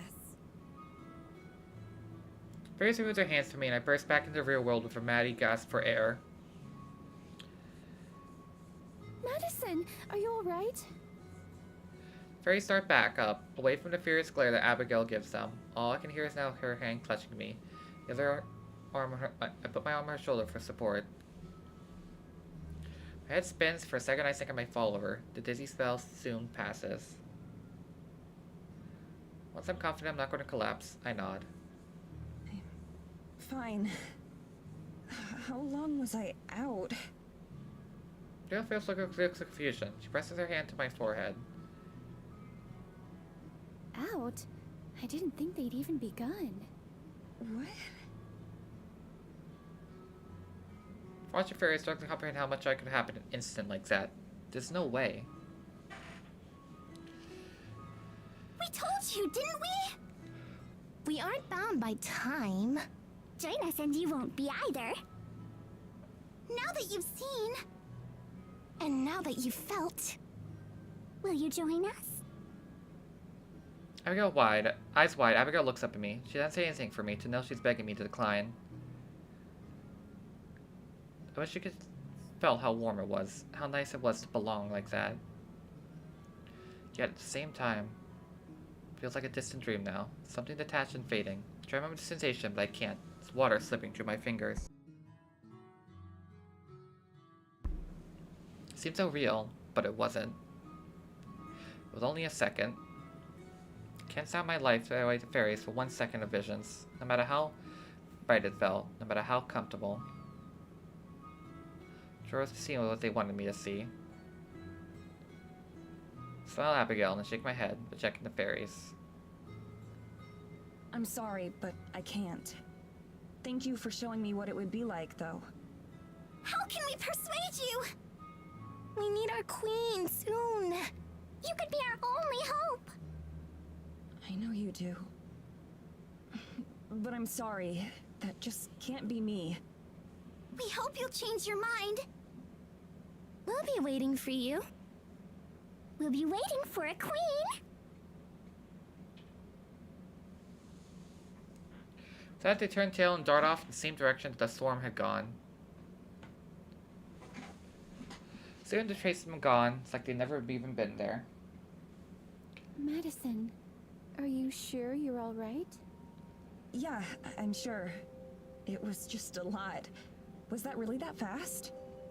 Luna, Yes. could you, They like, touched your face and then a moment do later something you really bad to gasped. Hazel for that joke? That's insane. It felt like a long time. Like years had passed. He looks troubled, staring off the forest where the fairies disappeared. Fairy magic is strange and beyond me. They're similar to the forest spirit, and yet... Different, but in a way you can't put into words. That's right. You certainly did see a lot, didn't you? Yeah, I guess so. Have you ever met their queen? Or seen what she looks like? Just once, long ago. It's a She bad was joke, that's all you rescued need to by know, those so guardians of just the forest. stab her. Did you see her in your vision? Back was best remembered. The image shifts and shakes my head. I want to be called to mind. Wonder that what it looks like, remember how I felt. Happy and relieved to see her. I did, but I didn't get a clear look at her. I knew who she was, but I don't know if I'd recognize her if I passed her on the street. Do you think you could mistake me for her, like they did? Absolutely not. You're much prettier than she is. Abigail says it very matter-of-factly. She did give me an enormous compliment. Smooth. She carries on like it too. Be still, my beating heart. But to the fairies, I expect it's hard for them to tell the difference between humans. So maybe you looked like her to them. I wonder how long the queen's been gone. It seems like they'd been coping just fine without her, until something happened to scare them. Something like what? Something hot and bright. Something burning. Something that hurt to think about. I don't know. I think it had to do with fire, maybe? So much of what I saw felt real, but most of it wasn't. Fire. Worry creases her face. What's wrong? Did you remember something? No. It was just a thought. As I celebrate, she fits her hands, and I'll push the subject. maybe that's enough fresh air for today. We can head back to the church. All right. Pretty sure I detect a hint of relief in her voice. For the first time I lead the way home. At least I hope it's the way. I'm reasonably confident. By side, Abigail remains quiet, lost in her thoughts. With one hand, she clings limply to my sleeve, trusting my navigation. Don't disturb her. Says she's concentrating on remembering the path. It's a challenge myself. I'm sure if that's necessary, Abigail will be able to lead us home anywhere.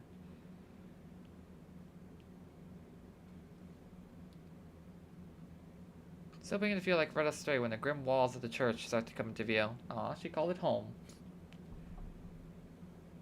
Mixture of relief and pride flows through me. It's also a little bittersweet. I've come to think the church as home, even though I never felt that way about the cabin.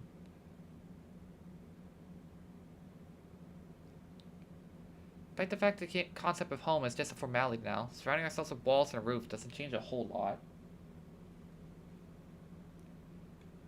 Clouds begin to settle overhead, muting the daylight and making everything murky. It feels fitting for the mood. Abigail speeds up a bit as we reach the doors, and she is the first one inside. She sits down on the benches, fatigued. Mind if I join you? I gesture the open spot beside her. Please do. Wordlessly, she rests her head against my shoulder. Headache still? She nods. I'm afraid so. Our encounter there sure didn't help. Also, it's Fruto Erica, not Erica Fruto Hazel. Get it right? There's something else I can't get my mind out of my head. The fairy's outstanding offer with me. As I try, I couldn't fully push the idea away. Wait then, maybe the fairy queen would be preferable just being normal girls. As long as I still have Abigail with me. I will be right back. I need to use the bathroom.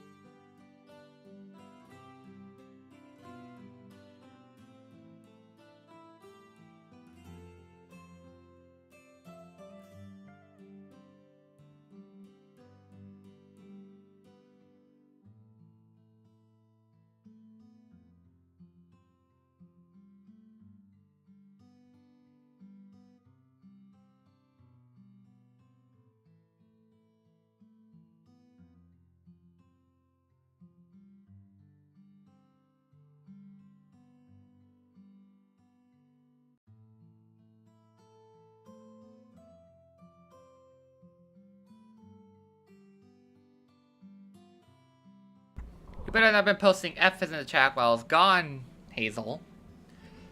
You know what, Luna? You gotta make sure Hazel behaves. You know what you are?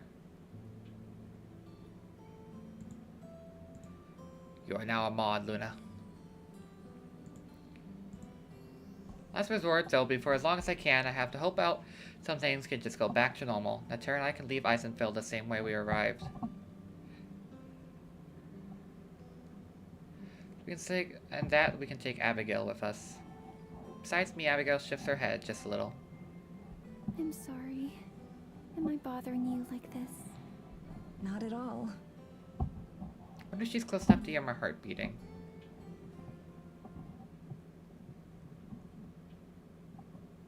Maybe I can help, but it's now for alright. So it's been a couple days since the fairies made their offer. I haven't been able to get out of my head. Well, you keep on saying a couple days. Don't we on for a month? I feel like we far exceeded the standards of a month. It's just such, but I'm feeling maimed, feeling belonging and freedom. Fine, Hazel. There. You are now a mod too. There's something else I can't get out of my head, though. She's sitting right beside me. Madison, here they come. Sure enough, a mother deer and her fawn comes tray-pacing out of the bushes. No doubt to get away at their drink. Starlight and the waxy moon makes them feel like ghosts at first. I think you guys keep on using a couple days and don't know the definition of that word. Always hydrate, chat. The moment of hesitation, fawn takes one time to source us, another, and another. This one's name is Alma. Hello, Alma. Be the same way we greet my friend's dog or cat. Deciding that we're not a threat, the deer goes to the pond while the baby one creeps ever closer. Abigail never moves towards it, never pushing too far. Then nuzzles her hand, leaning the soft scratching motions of her fingers. Is this the deer that was watching you sing the other day? Go ahead and try it. I'm all for it. Alma's a little bit shy and sometimes prefers to keep her space. You know this deer pretty well, huh? Of course, we're very good friends. To demonstrate, she strokes Alma's 20 neck. She doesn't even have to sit up when we do so, since the fawn's face is just about level with her shoulders when we're sitting on the ground. Alma closes her eyes, clearly enjoying the attention. Would you like to pet her? I'm certain she'd let you. Sure. I lean forward, my hand not stretched like Abigail's was, but the second I move, Alma's eyes go wide and she bounds away into the darkness. Mother watches, alarmed from the shoreline. Guess not. Alma, come back. I promise Madison won't hurt you. She's just as sweet as you are. Out the darkness and that she can't see me blush. Well, she's not looking. I scoot a little closer to Abigail. Just a bit. Hanging fairy bubbles help illuminate young deer. Watches from a safe distance. None of the fairies themselves seem to be around, though. Take a bit with Abigail and both sitting silently, but the fawn chooses to come back after all. Her steps are silent, reluctant, ready to dwarf away at any second. She lets Abigail pet her, but she watches me warily while it happens. I don't mind, content to just watch. Joy she sees how happy it makes them both. How long have you known Alma? It must have been a while for her to trust you like this. Oh yes, I've known her for her whole life. And I've known her mother since she was small too. Where was our mother deer up at the pond? He returned to sating her thirst. That's amazing. I can only imagine the patience, time, dedication it must have taken to earn the trust of the woodland creatures. Still, things are considered. I'm not sure they make exception for someone like Abigail. He excludes comfort. I'm sure how to describe it if you never felt anything like it before. Maybe close to her is just as comforting as the deer it is for me. Do you have any other animal friends that I'll get to meet? Oh certainly, if you'd like. I'm sure Mr. Bearer is asleep for the season, but perhaps once he wakes up. There are also a pack of wolves around, but for Alma's sake, that would be best left to another time. He nods her head in agreement, and Abigail coos contentedly at it. No, are quite so friendly as Alma and the rest of the deer, though. When I was a child, I wanted to have a deer for a pet. I thought that perhaps I could learn to ride one, like a horse. My sister and I would look for footprints in the snow and track them for as long as we could. She looks at me, smiling despite the melancholy tone her voice has taken on. We never got very far, of course. Hardly a few feet into the forest. But to children like us, it was quite an adventure. You must miss her a lot. Ariel hardly mentions her family. Imagine that despite how long it's been, their memories must still be painful. She smiles thinly. In a sense. Deer still luxuriating with her caress. Her hand moves dramatically and gently, alternating between petting and scratching Alma's neck. She lags a little, resting against my side, but continues to pet the deer. More than anything, I think I miss the days of wonder and awe, back when the forest and all of its creatures were still a mystery. Sometimes I wish it could be like that again, that it could be unknown. You wish that you hadn't met them? No, not at all. At least, not given the circumstances. I'm quite grateful for the companionship they've given me. For so many years, they've been one of the few sources of company that I've had. But while my love for them has never diminished, I've come to the conclusion that it's grown to the most it can grow as well. That's simply what the world had become for me. A small world of knowns, and nothing more. Go away from the deer and back at me. A few tears spot her face, but she doesn't look sad. In fact, she's beaming. And then I met you, Madison. Moonlight frames her face. The lovely night sky, the fairy tale friendly deer, the ethereal woman, is an image straight out of a painting. You were my first unknown in countless years. The first soul I could speak with that I didn't yet understand. And what a wonderful unknown you turned out to be. I'm frozen again. I've heard anyone say anything that's sweet to me, and how am I supposed to respond to something like that? I try to calm my heart as it hammers in my chest. Looking at her soft expression only serves to accelerate its rhythm.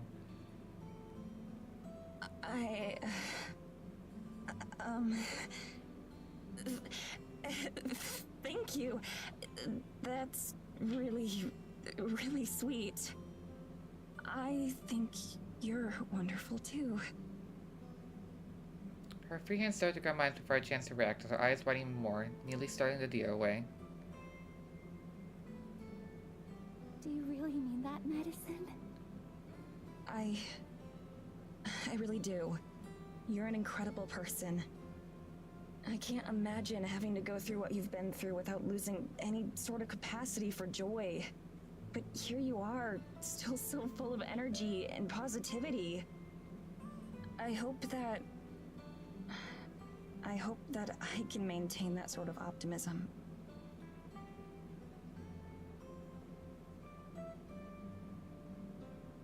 I really look at the deer and flings her arms around me in a tight hug. Pretty awkward position because I was sitting together, but I don't mind.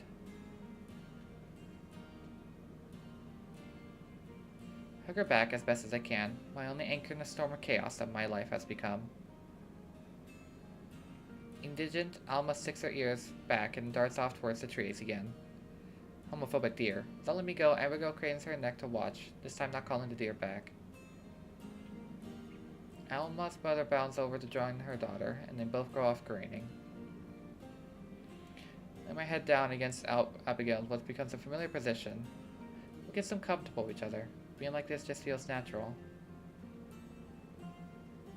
She parts from me for a moment, sitting up straight again. She tilts her head up to look at the stars, and I gaze with her. The night is mostly clear except for a few wispy clouds, and all still quiet and calm. Even the pains of the forest don't seem to reach us here. I wouldn't call myself an optimist. I blink, surprised by her sudden words. I don't, nor have I ever really had much hope. There are small comforts and delights, but those aren't the same thing as hope. I can remember names and faces, and even dreams and aspirations that I once had. But do you know what the most curious part of it is? She cancels me and I notice the tears in her eyes. Without thinking, I reach up and brush them away. No reaction. My heart pounds in my chest. Or about something I can't identify. That I'm willing to accept. Afraid to be wrong about. What is it? I can't remember how it felt for those dreams to be within reach. Even with my meager, lonely existence, there was still a chance. As unlikely as it would have been, there was always the possibility that someday, something would change. Something might happen. There was a light, so to speak, to look forward to. And the day that I died, that light went out. More tears, replacing the ones I wiped away, sparkle in her eyes. We would read emotion from before, but this time she stops my hand, holding them to her own between us. I never gave thought to what this unlife might be keeping me from. Not from the life I left behind, but whatever it is I would have been met with had I lived to the end of my days. For a long time, I considered myself lucky that I was free from hurt and pain and worry and loss. Even if they were predictable and boring, my years here in the forest haven't been unpleasant. But I've never been optimistic.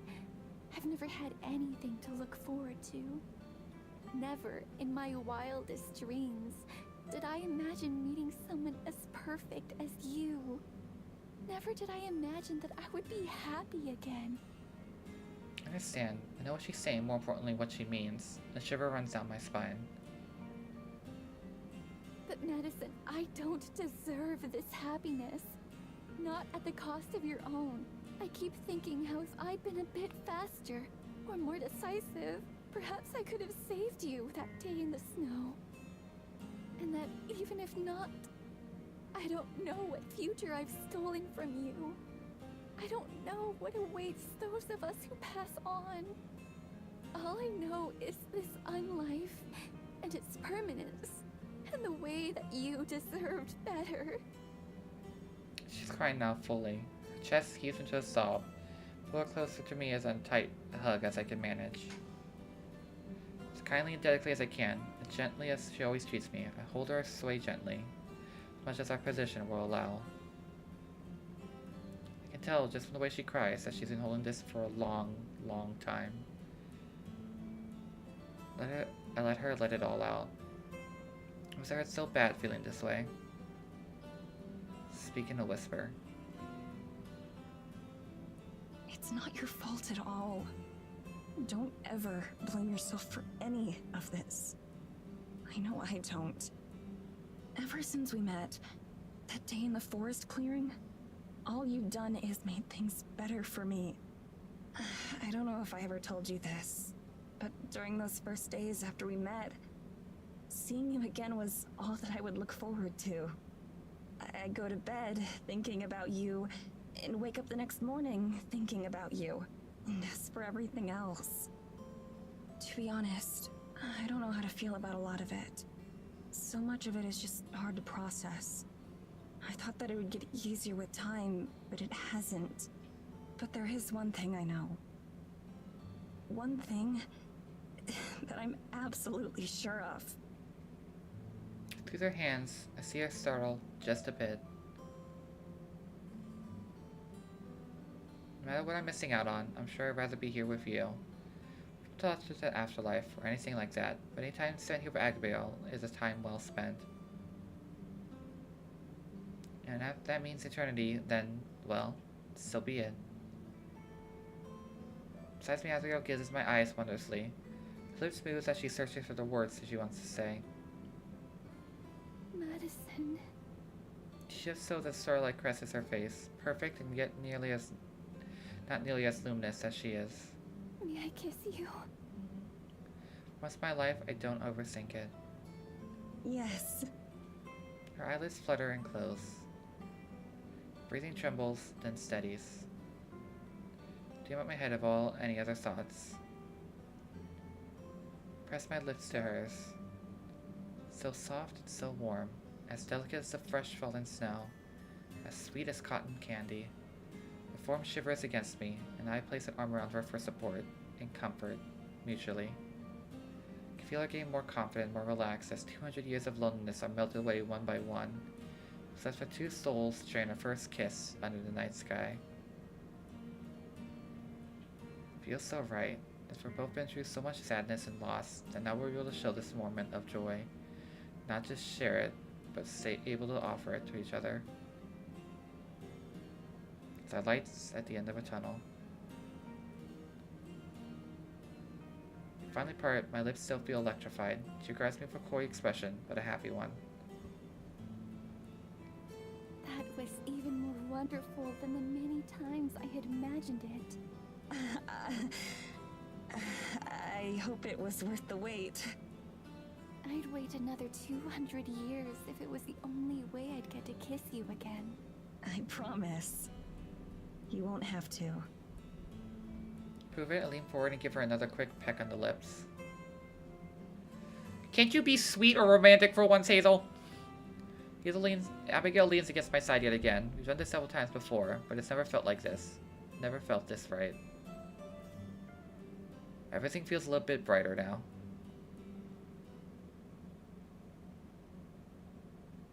Our next day passes blissfully. Wander the forest, seeing all the favorite spots. Comfort our new relationship makes the time we spend together even more joyful. Everything's pretty when I'm seeing it with Abigail beside me.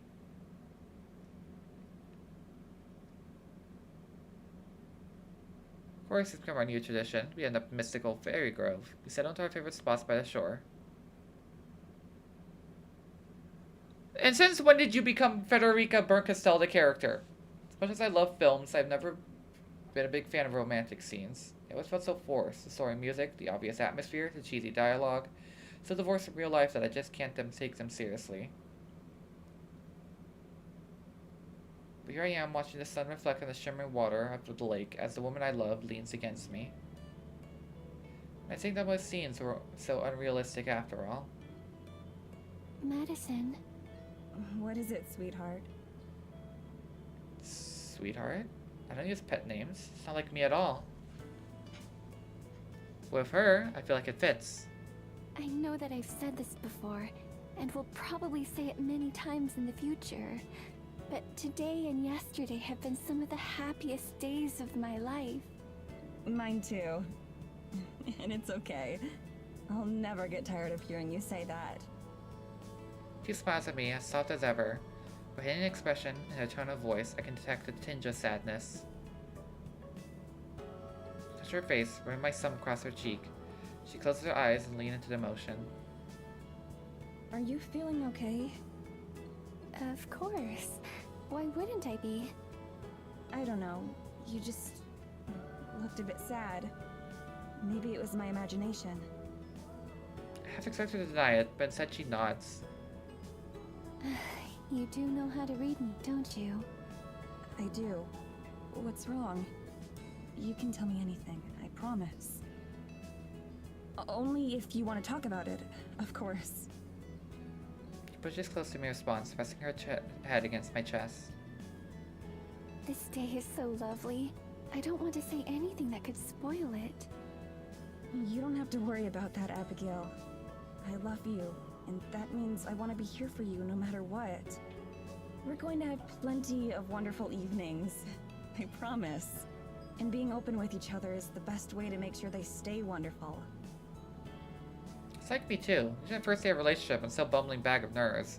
Would I say the wrong thing? What if I move too fast or too slow? But it's different with Abigail. That fear isn't there. I can't quite explain why. I just don't feel like I have to worry with her. I was thinking about other happy days that I've had. How long it's been since then. And how the memories have since soured. How much have I told you about my sister? Not much. You mentioned that the two of you were close, and that you spent a lot of time in the woods together, but that's it. We weren't just close. Helena and I were inseparable. Whenever anything went wrong, she would always be there to protect me.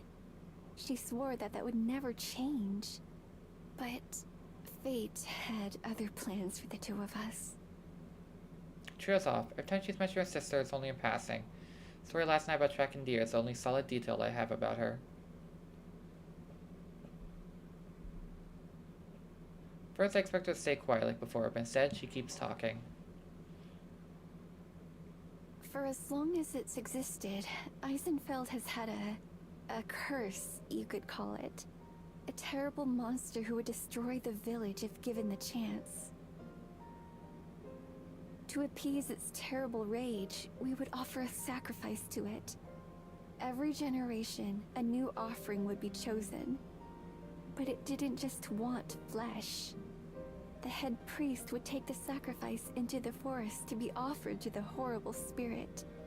The sacrifice's soul and the head priest's body would both be consumed. Then, the new head priest would emerge, having taken the form of the poor sacrificed victim. It was a painful reminder of those we had lost.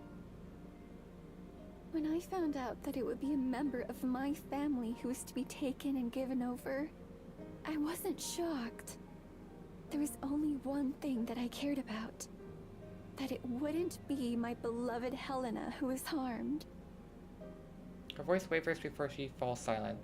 We tell her she said enough, she speaks again. Each word shakes as it leaves her mouth. I couldn't forget the joyous days of our childhood. I couldn't let such a kind soul suffer such a horrible fate. So, when the time came, I offered myself. I volunteered to die so that Helena could live. And in that very moment, when our fates were sealed, I looked at them, at Helena. And do you know what I saw? Kept by the tragic story, I couldn't answer, and even by my head or my lips. Relief. Not once did she try to stop me or change my mind. Not that I would have let her, but I don't think she even thanked me. My parents cried, of course, but they didn't argue either. Neither of them stepped forward to take my place. No one did. While I'm sure my sacrifice was appreciated, I was quickly discarded without even a token effort or gesture of appreciation. My sister, who had sworn to always protect me, had no difficulty accepting the fact that I would die for her. What? She just gave you away? Just like that? If death looms over you for long enough, it corrupts everything. Even love. It didn't corrupt you. Perhaps. Though I believe that that's why I'm still here today. What do you mean? The first step of the ritual involves separating the sacrifice's body from its soul. From what she told me, as she did it, those poor victims usually tried to resist, begging for someone else to be taken. And when their souls are ripped away, they're too damaged to carry on. I didn't resist. I went peacefully. And so the gentle forest spirit, who I'd been raised to believe was some kind of demon, eventually came and took me away. And I've been here ever since. Words carry a sense of finality. Not knowing what else to do, I still stunned by her story, leaning in closer to her and pull her into an embrace.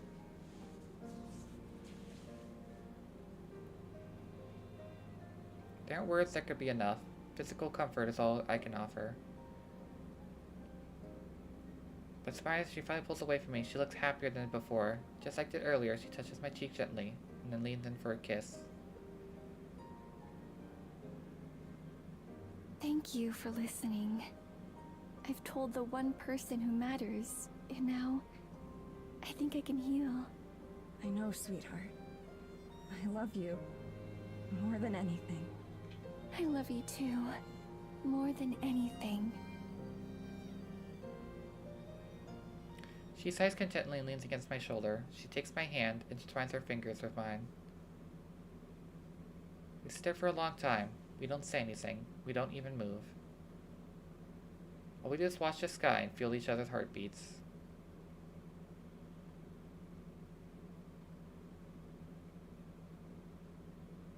I wake up with a headache, and I know that something's wrong. I'm alone. Abigail must have disentangled herself from my arms at some point, leaving me on my own. Grill paced around the church, not seeing her. So I bet I found her outside its doors. Good morning. Good morning, my love. Lucy smiled, but her eyes down. This look I'm pretty familiar with by now. I slip my arms around her as I take a spot by her side. Sleep okay? Well enough. I'm sure all of my nights will be better now that they're spent beside you. Can't help it. I kiss her on the cheek and true joy brightens her face. How about you? Pretty good. I woke up with, like, a bad feeling, though. A bad feeling? About what? I'm not sure. My head kinda hurts, so maybe that's it? Actually, now that I think about it, this is the first actual pain I've felt since turning.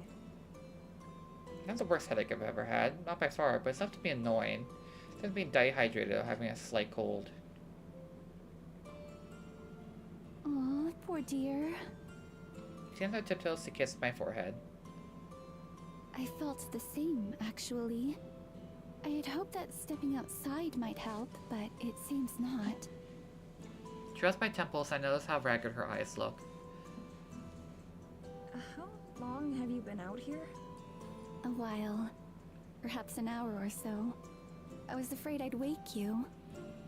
Nah, I slept right through. It's not just a coincidence that we both feel sick, is it? Abigail purses her lips. Her brief silence is enough confirmation. No, I doubt it is. It must be something to do with the forest. The trees before us sway in the breeze. To me, they look the same as ever. No traces of lingering sickness or pain. You felt bad the other day, too. When we first met the fairies? Was it the same thing then? Most likely. Changes in the air. Something's happening. And it isn't good. And the fairies, fleeing some unseen terror. Is it... Evelyn? Hex expects her to shake her head. Want to say no, but she nods. I think so. I don't know what she's done, or why. But this can't all be coincidence. I nod. My thoughts started to tear on Morgan. Wish they would just get out of here. Leave me to my fate escape. Let Evelyn do whatever she's doing while they're across the ocean. Safe. I know that won't happen, though. Tara's not the type to back down from a fight. Except this time I know she's hugely outmatched, even with Morgan's help. What about the forest spirit? You said it's a guardian of the woods, right? Why doesn't it stop her? I'm sure it's doing what it can, but it's just as intimately connected to the forest as the fairies are. Far more than you or I. So as the forest itself weakens, so does it. Worry creases her brow. Is there any way we can help? Not that I know of. I can tell she's not really happy with that answer. Maybe we can think of something together. There has to be something we can do. Yes, perhaps. Azel, can you not? Are you not liking the game? I feel like I can accomplish anything with you by my side. Her loving words are nearly enough to counteract the way I feel. We've already beaten death. There's no way Evelyn can stop us. At least not a second time. First, we just have to figure out how. Abigail slips her hand into mine, where it fixes comfortably. Perhaps you'll make an optimist out of me yet, Medicine. Shall we go for a walk? Absolutely. Glad that our changing relationship hasn't changed our routine. The walks now in the forest keep me grounded. They're enjoyable. Also, a solemn reminder how trapped we are here. My dream of finding a way out hasn't disappeared in the mission at all. It's involved to include Abigail as well. There's no way I'm leaving these woods without her.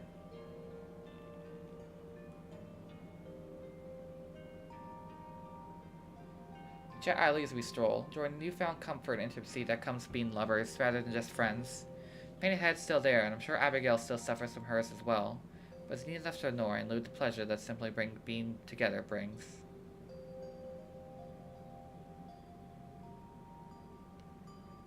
We reach the edge of the fairy clearing, where we always seem to end up. It was glued to my side, and I wouldn't have it any other way. We're probably a little bit early to meet Alma, although they sometimes come by at this time. This grove is one of the easier places for the animals to come drink during How about we winter, walk in and have so this it attracts conversation? all Don't have it kinds of obviously while standing wildlife. outside. Yeah, I've noticed all kinds of tracks in the snow leading around here. She nods, pleased. But then we enter the grove itself, and my blood runs cold. Just lying ahead, prone on the frozen ground, it's the fawn I know is Alma. Clearly dying, if not already dead. Shriek, Abigail dropped my hands. No! Feel her anguish cuts through me like a knife, visceral and burning. Dashing over her hands, outstretched, she falls to her knees and presses a tender hand against its snout. Small motion confirms it's still alive, if just barely. Leans into her, either out of fear or recognition. Eyes wild. No, what's happening to you? I move closer as well, though not as close as the crowds am. What I witness makes my stomach churn. What's wrong, Luna? Gaping wounds perforate the poor thing's body, staining the ground with red blood. Like knife wounds or bite marks, but there's no visible damage or puncture. More like the body is simply opened up. Abigail feels her hand, clearly wanting to help, but afraid to touch it and cause more pain. She turns to me, teary-eyed. Madison! What do I do? I don't know what to do. I don't know where to start. I kneel down beside Abigail. The lacerations covering Alma's body are clean and even, but varying in size. Some are minute, some are nearly invisible. The largest a gash that runs the length of her torso. How does this even happen? So choking sobs, Abigail manages to answer. Magic! These are not normal injuries. It's the forest. The forest is sicker than I thought. And all of its children are hurting for it, too. So we all get headaches, while Alma gets this. I shudder. Is it random? Could have been easily just been one of us lying here, bleeding out. Maybe ghostliness is a bit more blessing than I thought in this case, though without it, we wouldn't be affected by the forest's illness at all. Leaning over, I gently stroke the deer's head. Its breathing is restless and agonized. It seems to register my presence. My son brushes a wound against it that I notice, jerk my hand back while Alma groans in pain. I'm sorry! Deer's blood is viscous, unnaturally so, and slick more like water oil. It's my fingers, stretching and webbling. It's neither warm nor cold. It's unnerving, neutral.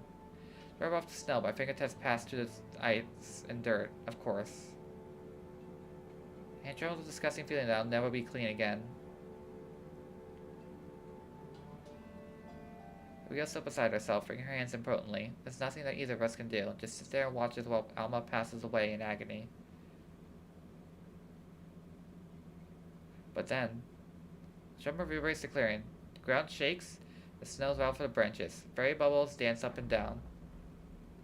We go up and face the forest in the direction of sound, already knowing what's coming. Forest spirits rise into view, as tall as the trees, but no taller. Brushes with trees with no notice of branches and snow that is disturbed.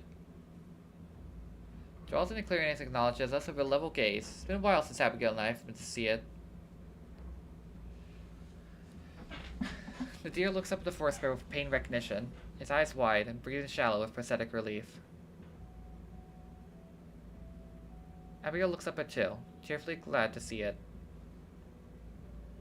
The room's closer, and its great presence alone seems to revitalize the air around us. My headache vanishes in an instant. The spirit stretches out one immense finger, drawing from head to tail across the deer's mangled body. Two lock eyes, and Spirit retracts his hands. It curls the finger inwards, calling Alma to it. One motion, the eyes roll backward, as life exits its body. Same time, his spectral form, ephemeral perfect, rises from its corpse. Boundless as in life, it gives us one last glance, and then springs across the fallen snow before vanishing in thin air, gone to join some spectral herd somewhere. Abby wipes her eyes and tears as strands. She moves to Spirit's sides and gently pats it. Aw, she calls her Abby. I'm glad you came. Spirit's shoulder sags, and the branches hang low despite the slight breeze. And also look a burn mark on his hide. Part of its skin is blackened and dark. Without doubt, this Evelyn's doing as well. Remind me of old man putting a child to rest. Sorrow and surely pain as well, weighing heavily on it. Wonder how it needed to come. Did it feel Alma's pain? Perhaps Abigail's. Bearing emotional weight of the entire ecosystem, my heart aches for the spirit as well as for Abigail, who seems forever hurt by her powerlessness. Spirit and I meet eyes again, and bow my head in reverence. I don't know well enough to speak it like Abigail. For Alma's sake, I'm glad it's also here.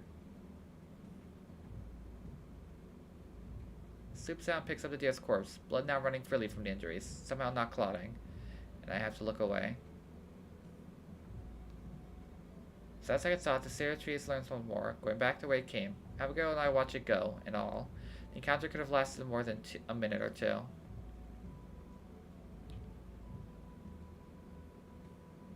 Long at the last the footfalls have faded away, Abigail and I sat in silence.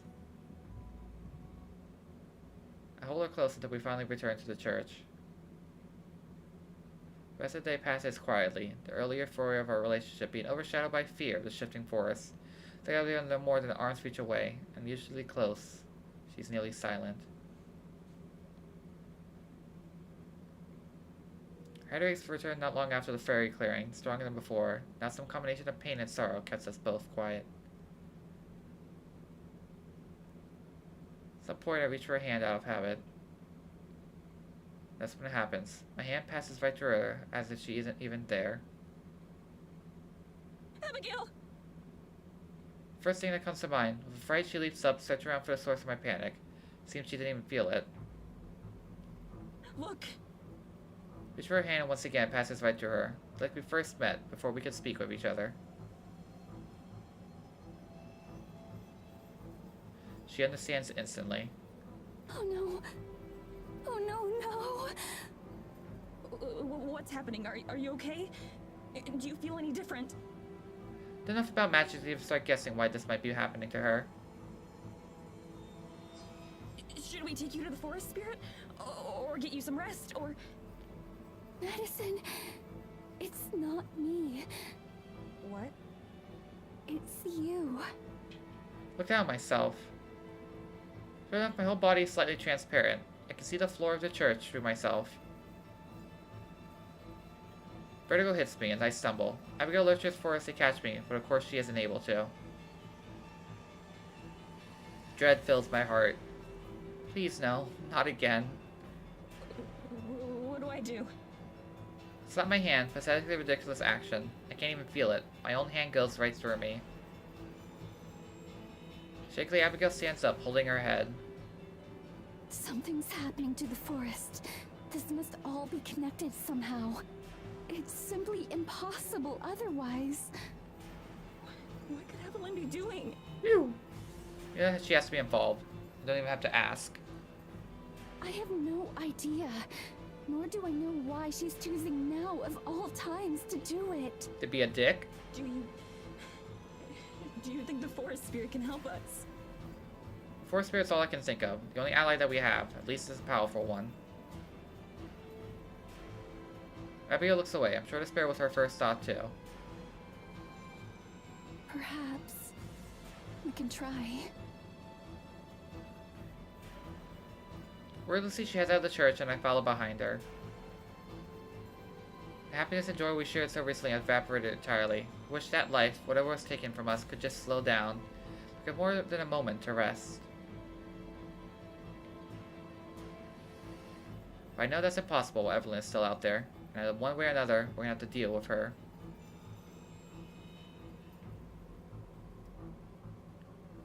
What I don't know is if we even have a chance.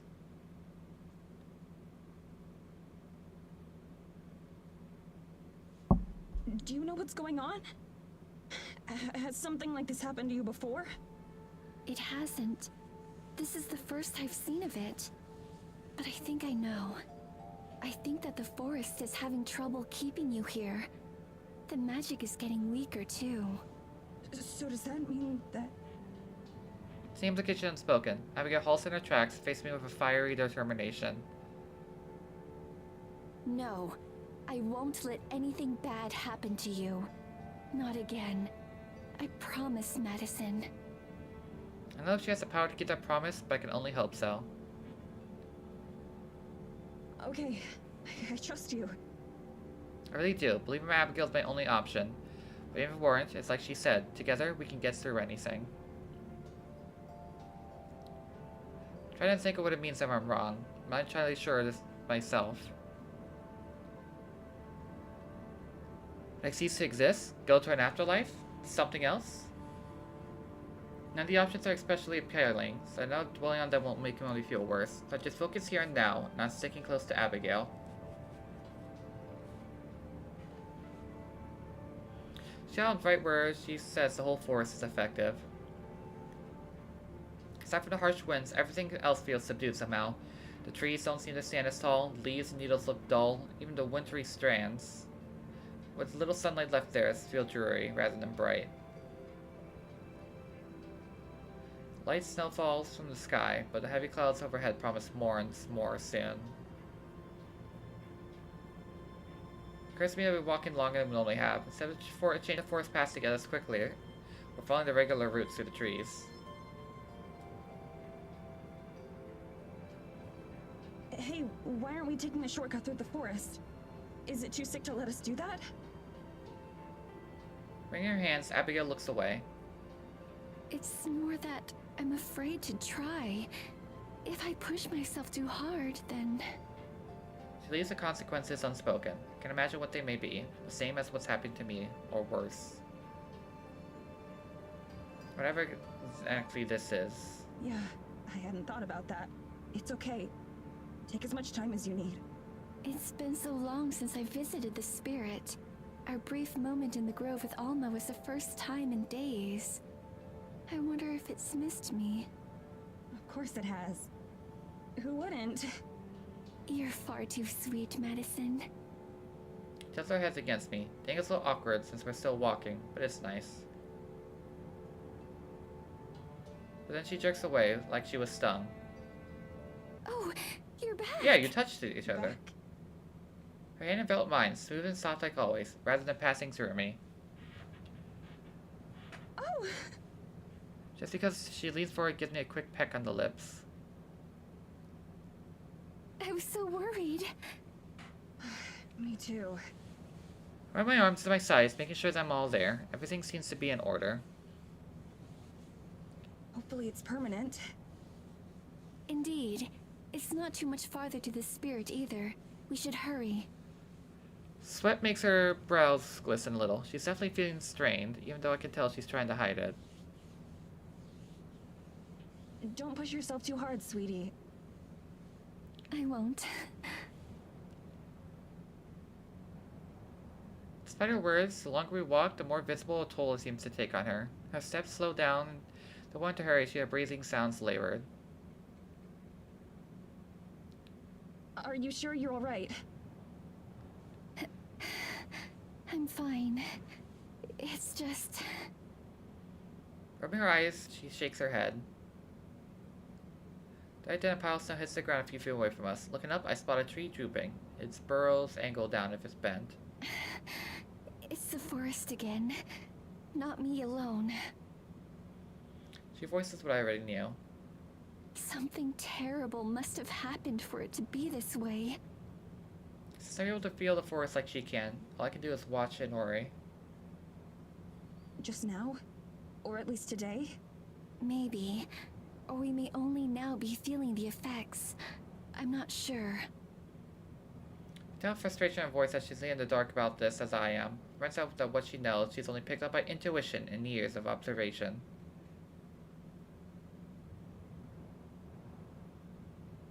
I'm fortunate to have the guide as knowledgeable as she is about her situation, even if she doesn't know everything. I know when we're getting close to the grove of ancestral trees from the change in the air and the way the trees are larger than before. The profound sense of being watched and primal energy is still present, but even that feels mellower.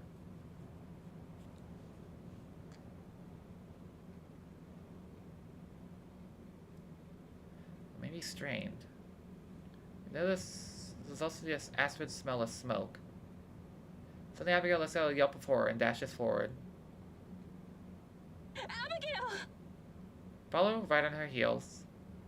Oh no. Doesn't take long to discover what she found. Once there was a mighty tree, all that remains is blistered and charred husk, blackened by flames. Painful buzzing penetrates my head, nearly unbearable. I can just watch in horror as a foreign sorrow emanates. I can tell the force is crying out, hear the locusts of pain, even I'm infected. I can imagine how Abigail must feel. Fingers work across the damaged wood as if searching for a sign of life. Remember, this isn't part of the forest, it's the heart, its very soul. So long, it was also her home. How did I not know? I've been so happy these few days that I must have blinded myself to the pain of the forest. From behind, I wrap my arms around her, pressing my face against her shoulder. I'm sorry. It's not your fault, though. Even if you knew, you couldn't have changed it. If anything, we were lucky to have those few days. She clings to me, pining my arms into an even tighter embrace. I feel her cry against me. My only uselessness feels more like a curse than death ever was. I wish there was some magic word or spell I could use to make things better. All I can do is hug her tightly, warmly, and hope that I'm not much of reassurance for her as she is for me. And without warning, I once again see my arms going transparent. The feeling of Abigail against me disappears. The sense as big as a shock. It's still a reminder that we don't have long to wait.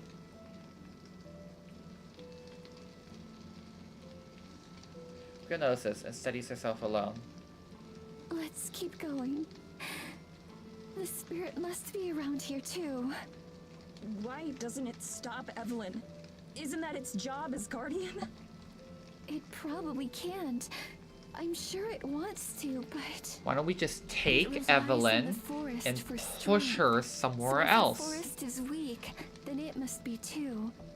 In fact, that may be Evelyn's intention. The sinking feeling in the stomach intensifies. If she's even stronger than the forest spirit, then what hope do we have? Don't voice that fear, though. I'm sure Abigail's already worried about the same thing.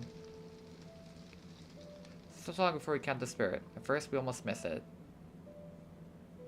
Forest here is surrounding clearing. It's lost in thought. Barely can notice us when we approach it. A slight tilt of his head is the only acknowledgement we get. Small. Smaller than I've seen it before. It's barely as tall as I am. Lights in his eyes, usually bright and terrifying, have gone dim. More like a wounded deer from the clearing the other day than a being who helped it pass on. Just like the trees it protects, its branches sag and are bare. A few edges, jagged edges, and something snapped them off. None of the wildlife that usually accompany it is around. Instead, it seems alone and abandoned. So it has been long since we last saw it. It looks significantly pained. I wonder if its salvation of Alma was taxing on it. Abigail cries out again, and just like when we came across the burned trees, in anguish as she sounded then, this time it's even worse. I hang her back as she runs to her side. I want to intrude on a private moment. Placing hands on his legs and crooning something that I can't make out. So the spirit tilts his head a little bit to face her. The motion is stilted and janky. Exhausted and sick as Abigail seems, the forest spirit seems to have it 10 times worse. makes a mournful sound, and a deep, sonorous hum seems to echo reverberates off the trees around us. Though I can't understand like Abigail can, the pain and suffering in his tone is obvious. Rio presses his cheek against it, patting the creature gently, the same way she sometimes comforts me. Look down at myself. Shimmering and transparent. Pretty sure I won't be getting assistance from the spirit. A wave of nausea hits me as I ponder just what that means. I don't have any backup plans. If Abigail does, she doesn't mention them. The only choice is to stay like this and hope my condition doesn't get any worse. Ever since I came to the forest, I felt like I haven't been in control of my own fate. Gilbo worried this would be my final nail in my coffin. Perhaps literally.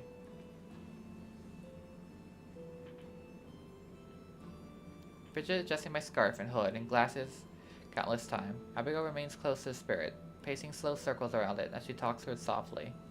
I wonder what she's saying. Sometimes her will hum, make a gesture that could be a nod. All the while, I keep my respectful distance. At some point I realize it's snowing, and how long it's been going on. Some of the snow settles on the spirit's broad shoulders. It doesn't look festive or pretty, it just looks pitiful. The spirit sags, bearing the weight of the world.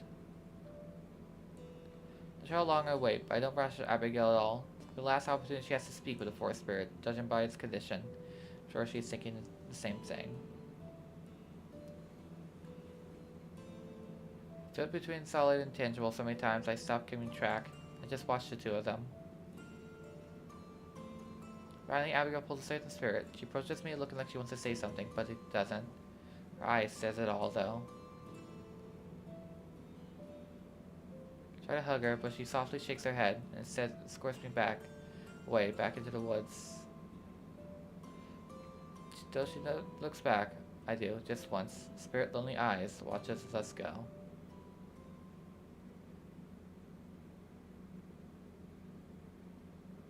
Heavy snow batters us while we walk, though of course it doesn't reach us, so our visibility is effective 0.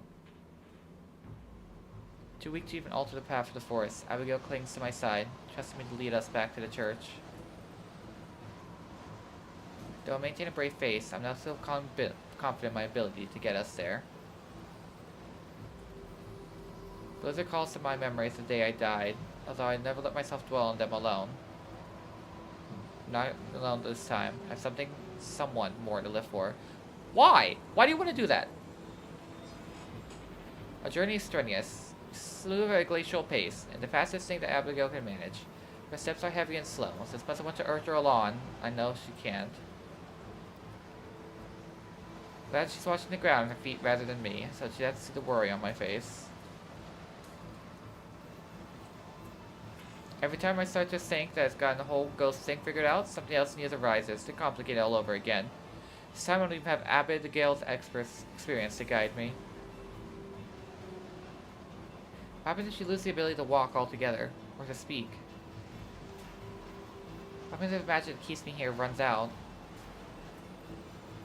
The occasional flipping my body makes me real concern right now. Hold her tightly to my hand, an anchor of comfort and security right now, but even that has grown clammy and cold. Swallowing a lump in my throat, we march on. Trees bow in the wind, trying to turn their backs against it. For the first time I can remember there are any woodland creatures out and about. No mice or rabbits, no chirping birds, not even a panicked deer, phasing in and out of existence like me. It may well just be me and her and no one else in the universe. Come on, I'm sure we're almost there. It can't be much further. Say the words for my sake, as much as hers. So in truth, I have no idea if I'm right or not. For all I know, we could be heading towards the totally opposite direction of the church.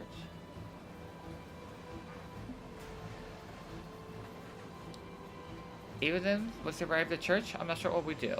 We get better with time to rest? Will I? Right now, the church is just a goal. Give us something tangible to work towards. Something to keep our feet moving, slowly or not. I'm sure you're right. The voice is barely a murmur. I hope she's saving her energy on purpose. I'm afraid to ask. Wonder how much is happening by the mayor's design. What everything stems from her. It's possible to know how much she was deliberate, how much was simply a ripple effect from what she's done. What if she even considers this a threat, or give us any thought at all? Doesn't, then maybe we can use that against her. Of course, first we have to reach a point where we can do that. During a momentary lapse in the blizzard, I'm able to make out what was inside the haze, a warped curled tree that I distinctly remember from our earlier trip. Look, you recognize that tree too, right? I'm pretty sure you were the one who showed it to me the first time. We're almost home. Rio nods weakly, though she doesn't say anything. Squeeze her hand, trying to impart some strength into her. It kills me to see her like this, and I'd give anything to be able to help her. Almost there, you've got this. She nods again, unable to do or say more. Except she doesn't stop nodding, like a bobblehead. I tug her along, trying to lead her the rest of the short way, but she's rooted to the spot. This, Then she collapses. I jolt and choke on nothing as I gasp for air that I don't actually need. Abigail's fallen to her knees. I even feel her hand slip out of mine. Try to take a half step. Crosses a few centimeters that step. Takes a moment to see, and I really wish that I hadn't. Oh my god, I just stopped existing for a second. Frown dreaded my grasp my heart. Looking down at myself once again, I can see right through my hand and arm to see the snow accumulating beneath us. Not good. This is extremely no bueno. Collapse to the ground beside Abigail, but at least on my own accord. I try to shake her by the shoulder. It takes several tries to maintain a form long enough to even touch her.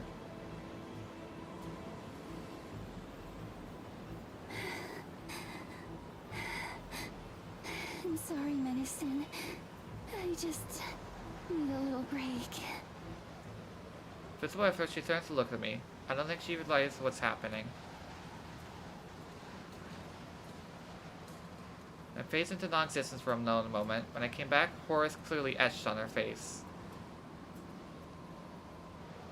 Finding some hidden reserve of strength, she lunges towards me and grasps my hand. Immediately, everything goes back to normal. Madison, are you okay? Can you hear me? I'm fine now. I hold her hands a little bit tighter to reaffirm. Are you okay though? I'm just a little tired is all. She forces herself up again. Looking more a little tired, immediately she sways and nearly falls. But I catch her and steady her. She leans into me and I pull her into a hug. I'm sorry. I'm so sorry. It's okay. Gently, I stroke her hair. Truth, I'm terrified, but I don't want her to see that. It only makes things worse.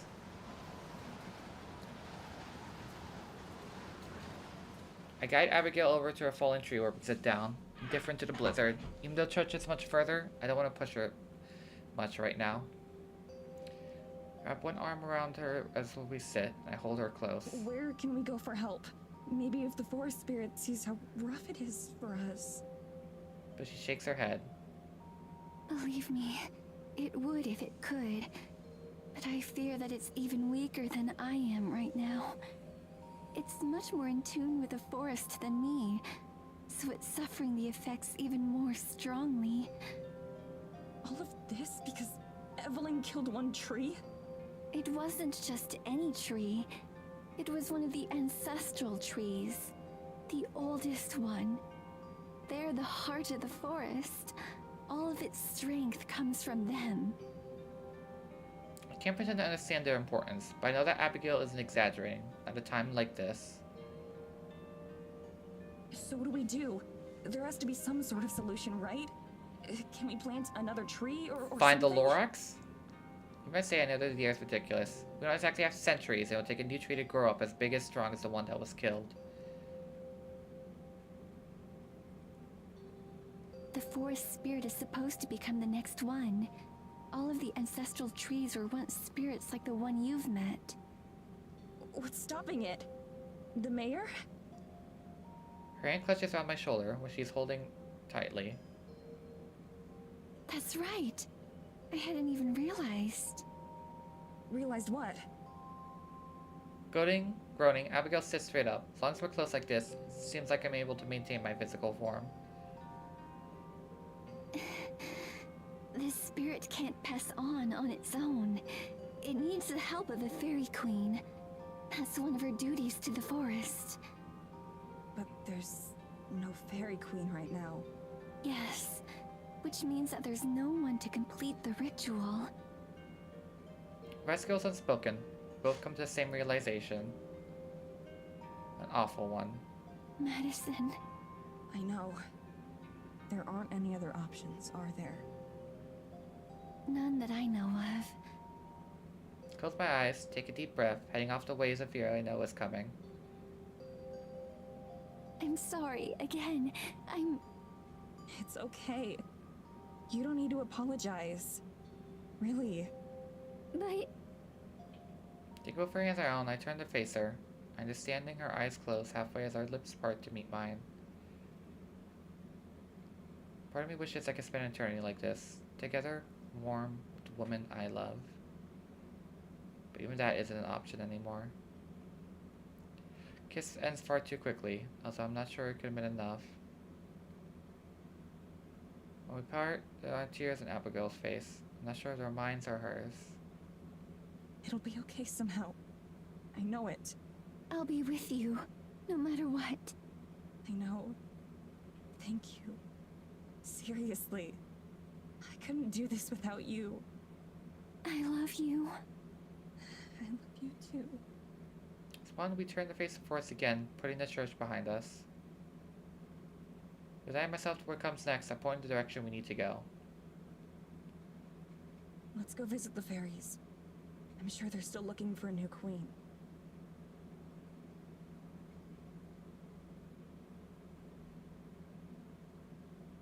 Once again, we reach a grove of the fairies' nest. Crispy not only the part they seem affected by forest sickness. The trees are as vibrant as ever. The pond is just as crystal clear.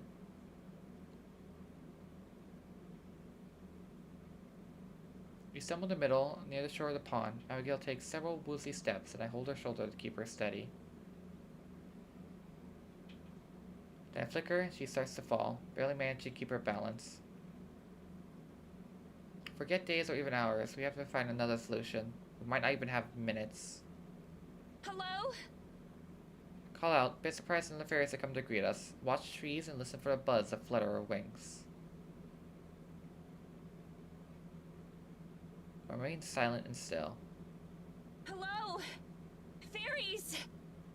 Feels a little absurd and on the nose, but I don't know what else to say. There's no response. Please, we need your help!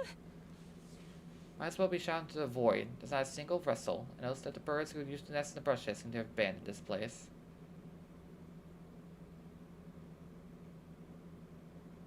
Tendrils of fear creep through me. What if the fairies are gone too?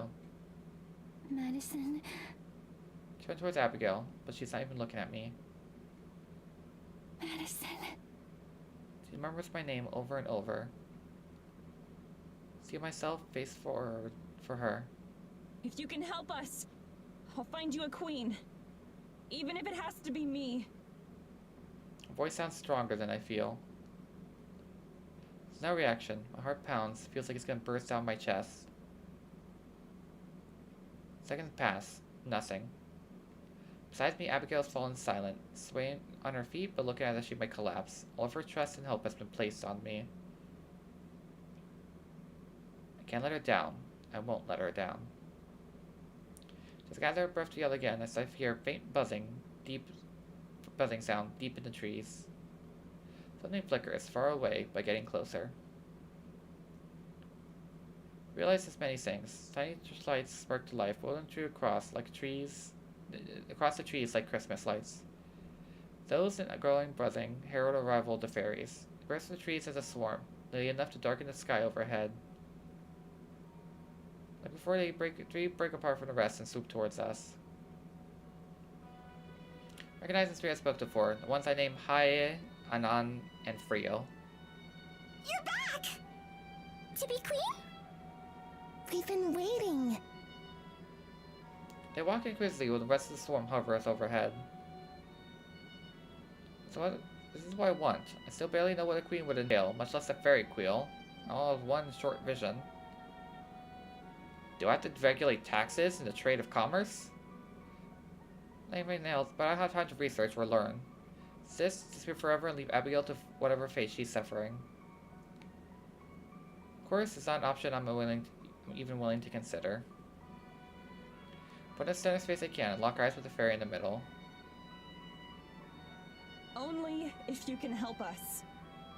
Words lead three fairies start, expecting Abigail and me to communicate silent with each other, leaving me to wonder what they're saying and thinking.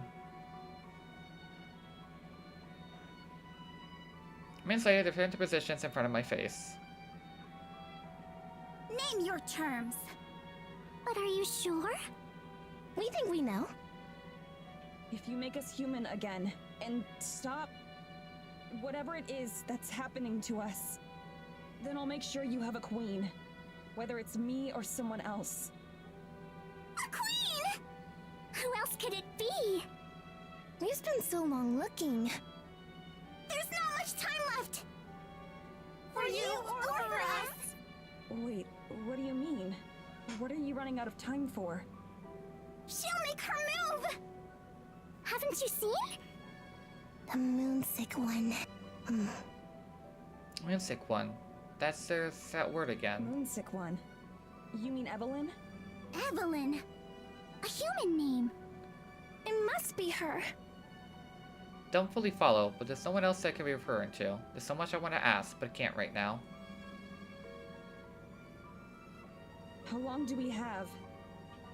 Until the moon is at its brightest. That's when she's strongest. Will you be ready then? I'll have to be. I haven't been paying much attention to the moon, but I know it can't be more than a week till it's full. Probably less. I wish I had Tara's stupid shirt to use as a reference right now.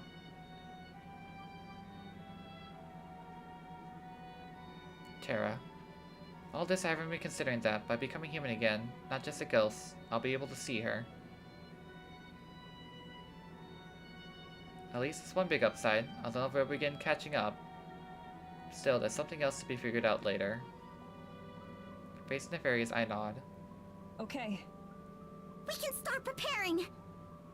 Are you ready? It won't take long. Yeah. I just need a moment to get ready too. Fairies split off and rejoin the rest of their kind, not bothering to respond. That's fine by me.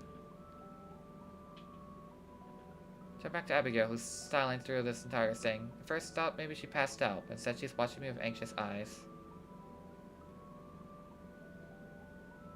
Madison, are you sure? Softly she leans against me. Well, she kind of falls. Yes. I'm sure. Fairies are gathered near this pond, closest to one of the trees. They watch us intensely, ruining the chance of any private moment. I kiss Abigail's cheek and feel her nuzzle against me for just a moment. I love you, Madison. She's a more strength than she's able to muster so far. I love you too. Look into each other's eyes for one last moment, then I turn and stride towards the fairies. Don't let myself look down. Don't let my hands shake. I keep steps measured and even. I glance back once, where Abigail is watching me. Then hey, Frio, and on descend once more.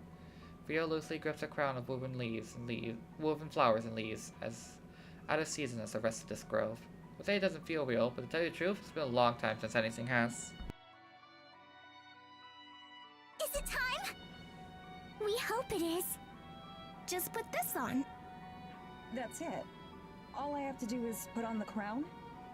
That's all for you. Is that too much? We'll do the rest. Okay.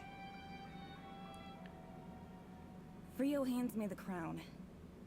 I let it rest on my palms. It's light, barely noticeable. The flowers are all woven together so deftly that I have to wonder if it was made by magic. It's also slightly warm, like it had just been sitting in the sun for a while. I swallow the lump in my throat. This is what's best for everyone. Not just for me or Abigail, but for the whole forest. With one swift motion, I reach up and place the crown on my head. It fits perfectly, as if it was made for me. I wonder if it was. The moment it touches my hair, the fairies start to move. They chatter out loud, but there are so many of them speaking that it's impossible to hear what they're saying. I don't even know if they're human words. Altogether, they sound like a forest of rustling leaves.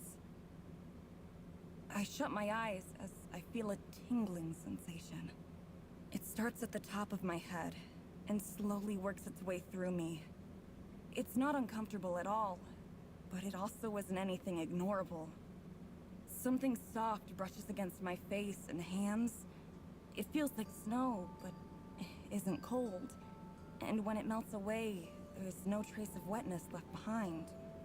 An invisible force feels like it's tugging me in every direction at once, but I stay rooted to the spot. A light scent of pine fills my nose. Somehow, it's nostalgic. I open my eyes, still in the middle of my metamorphosis. Warmth spreads through my body like a hot cup of coffee, and with it comes understanding of the forest and how I'm a part of it. I'm acutely aware of its existence, tuned to its precise frequency. I imagine this must be what Abigail meant by being connected. Memories that But you aren't couldn't fix mine my eyesight. run through my head. A movie that I can't shut off. Visions of trees sprouting from the earth and growing skyward, and of clouds forming and then falling apart.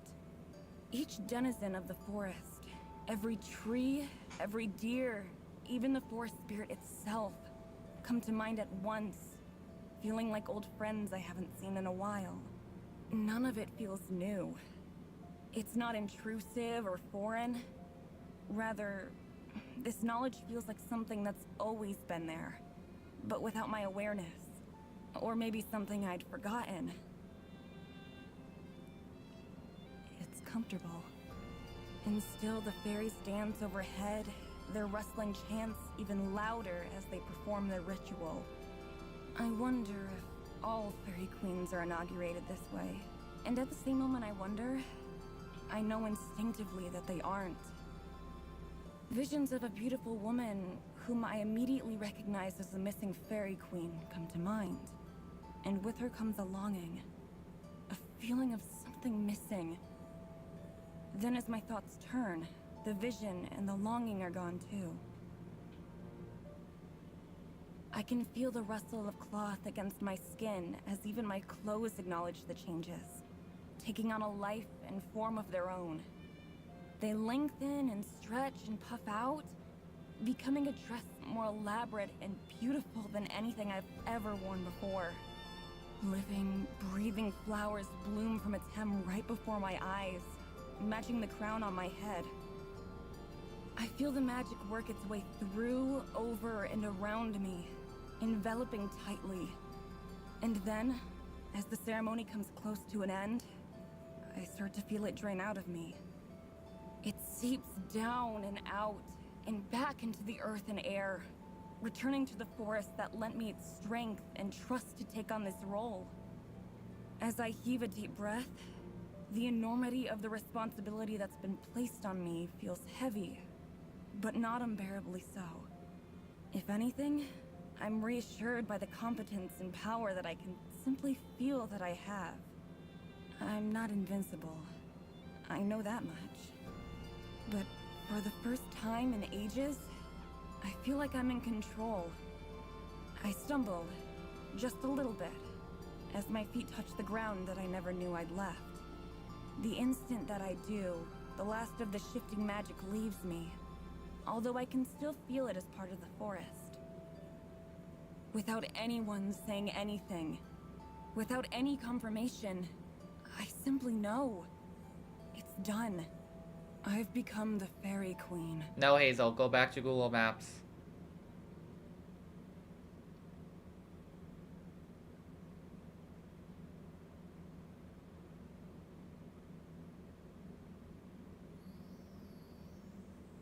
chapter 5. And that is where we are stopping for the night. Whew, boy. Luna, how close am I to finishing the game?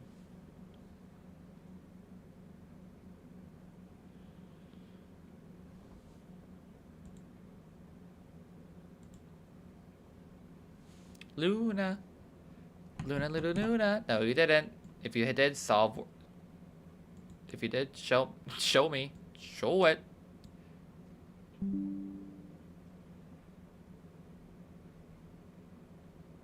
Yeah, I know this is a point. How much of the game do you think I have left?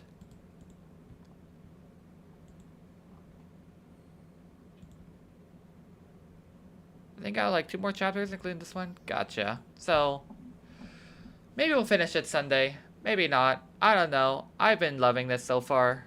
I meant to hit return to the main menu instead, and now there's nothing on screen. Well, enjoy the sound of my voice in blackness as I lull you all to sleep. Until next time, have a gay old time, y'all. Peace.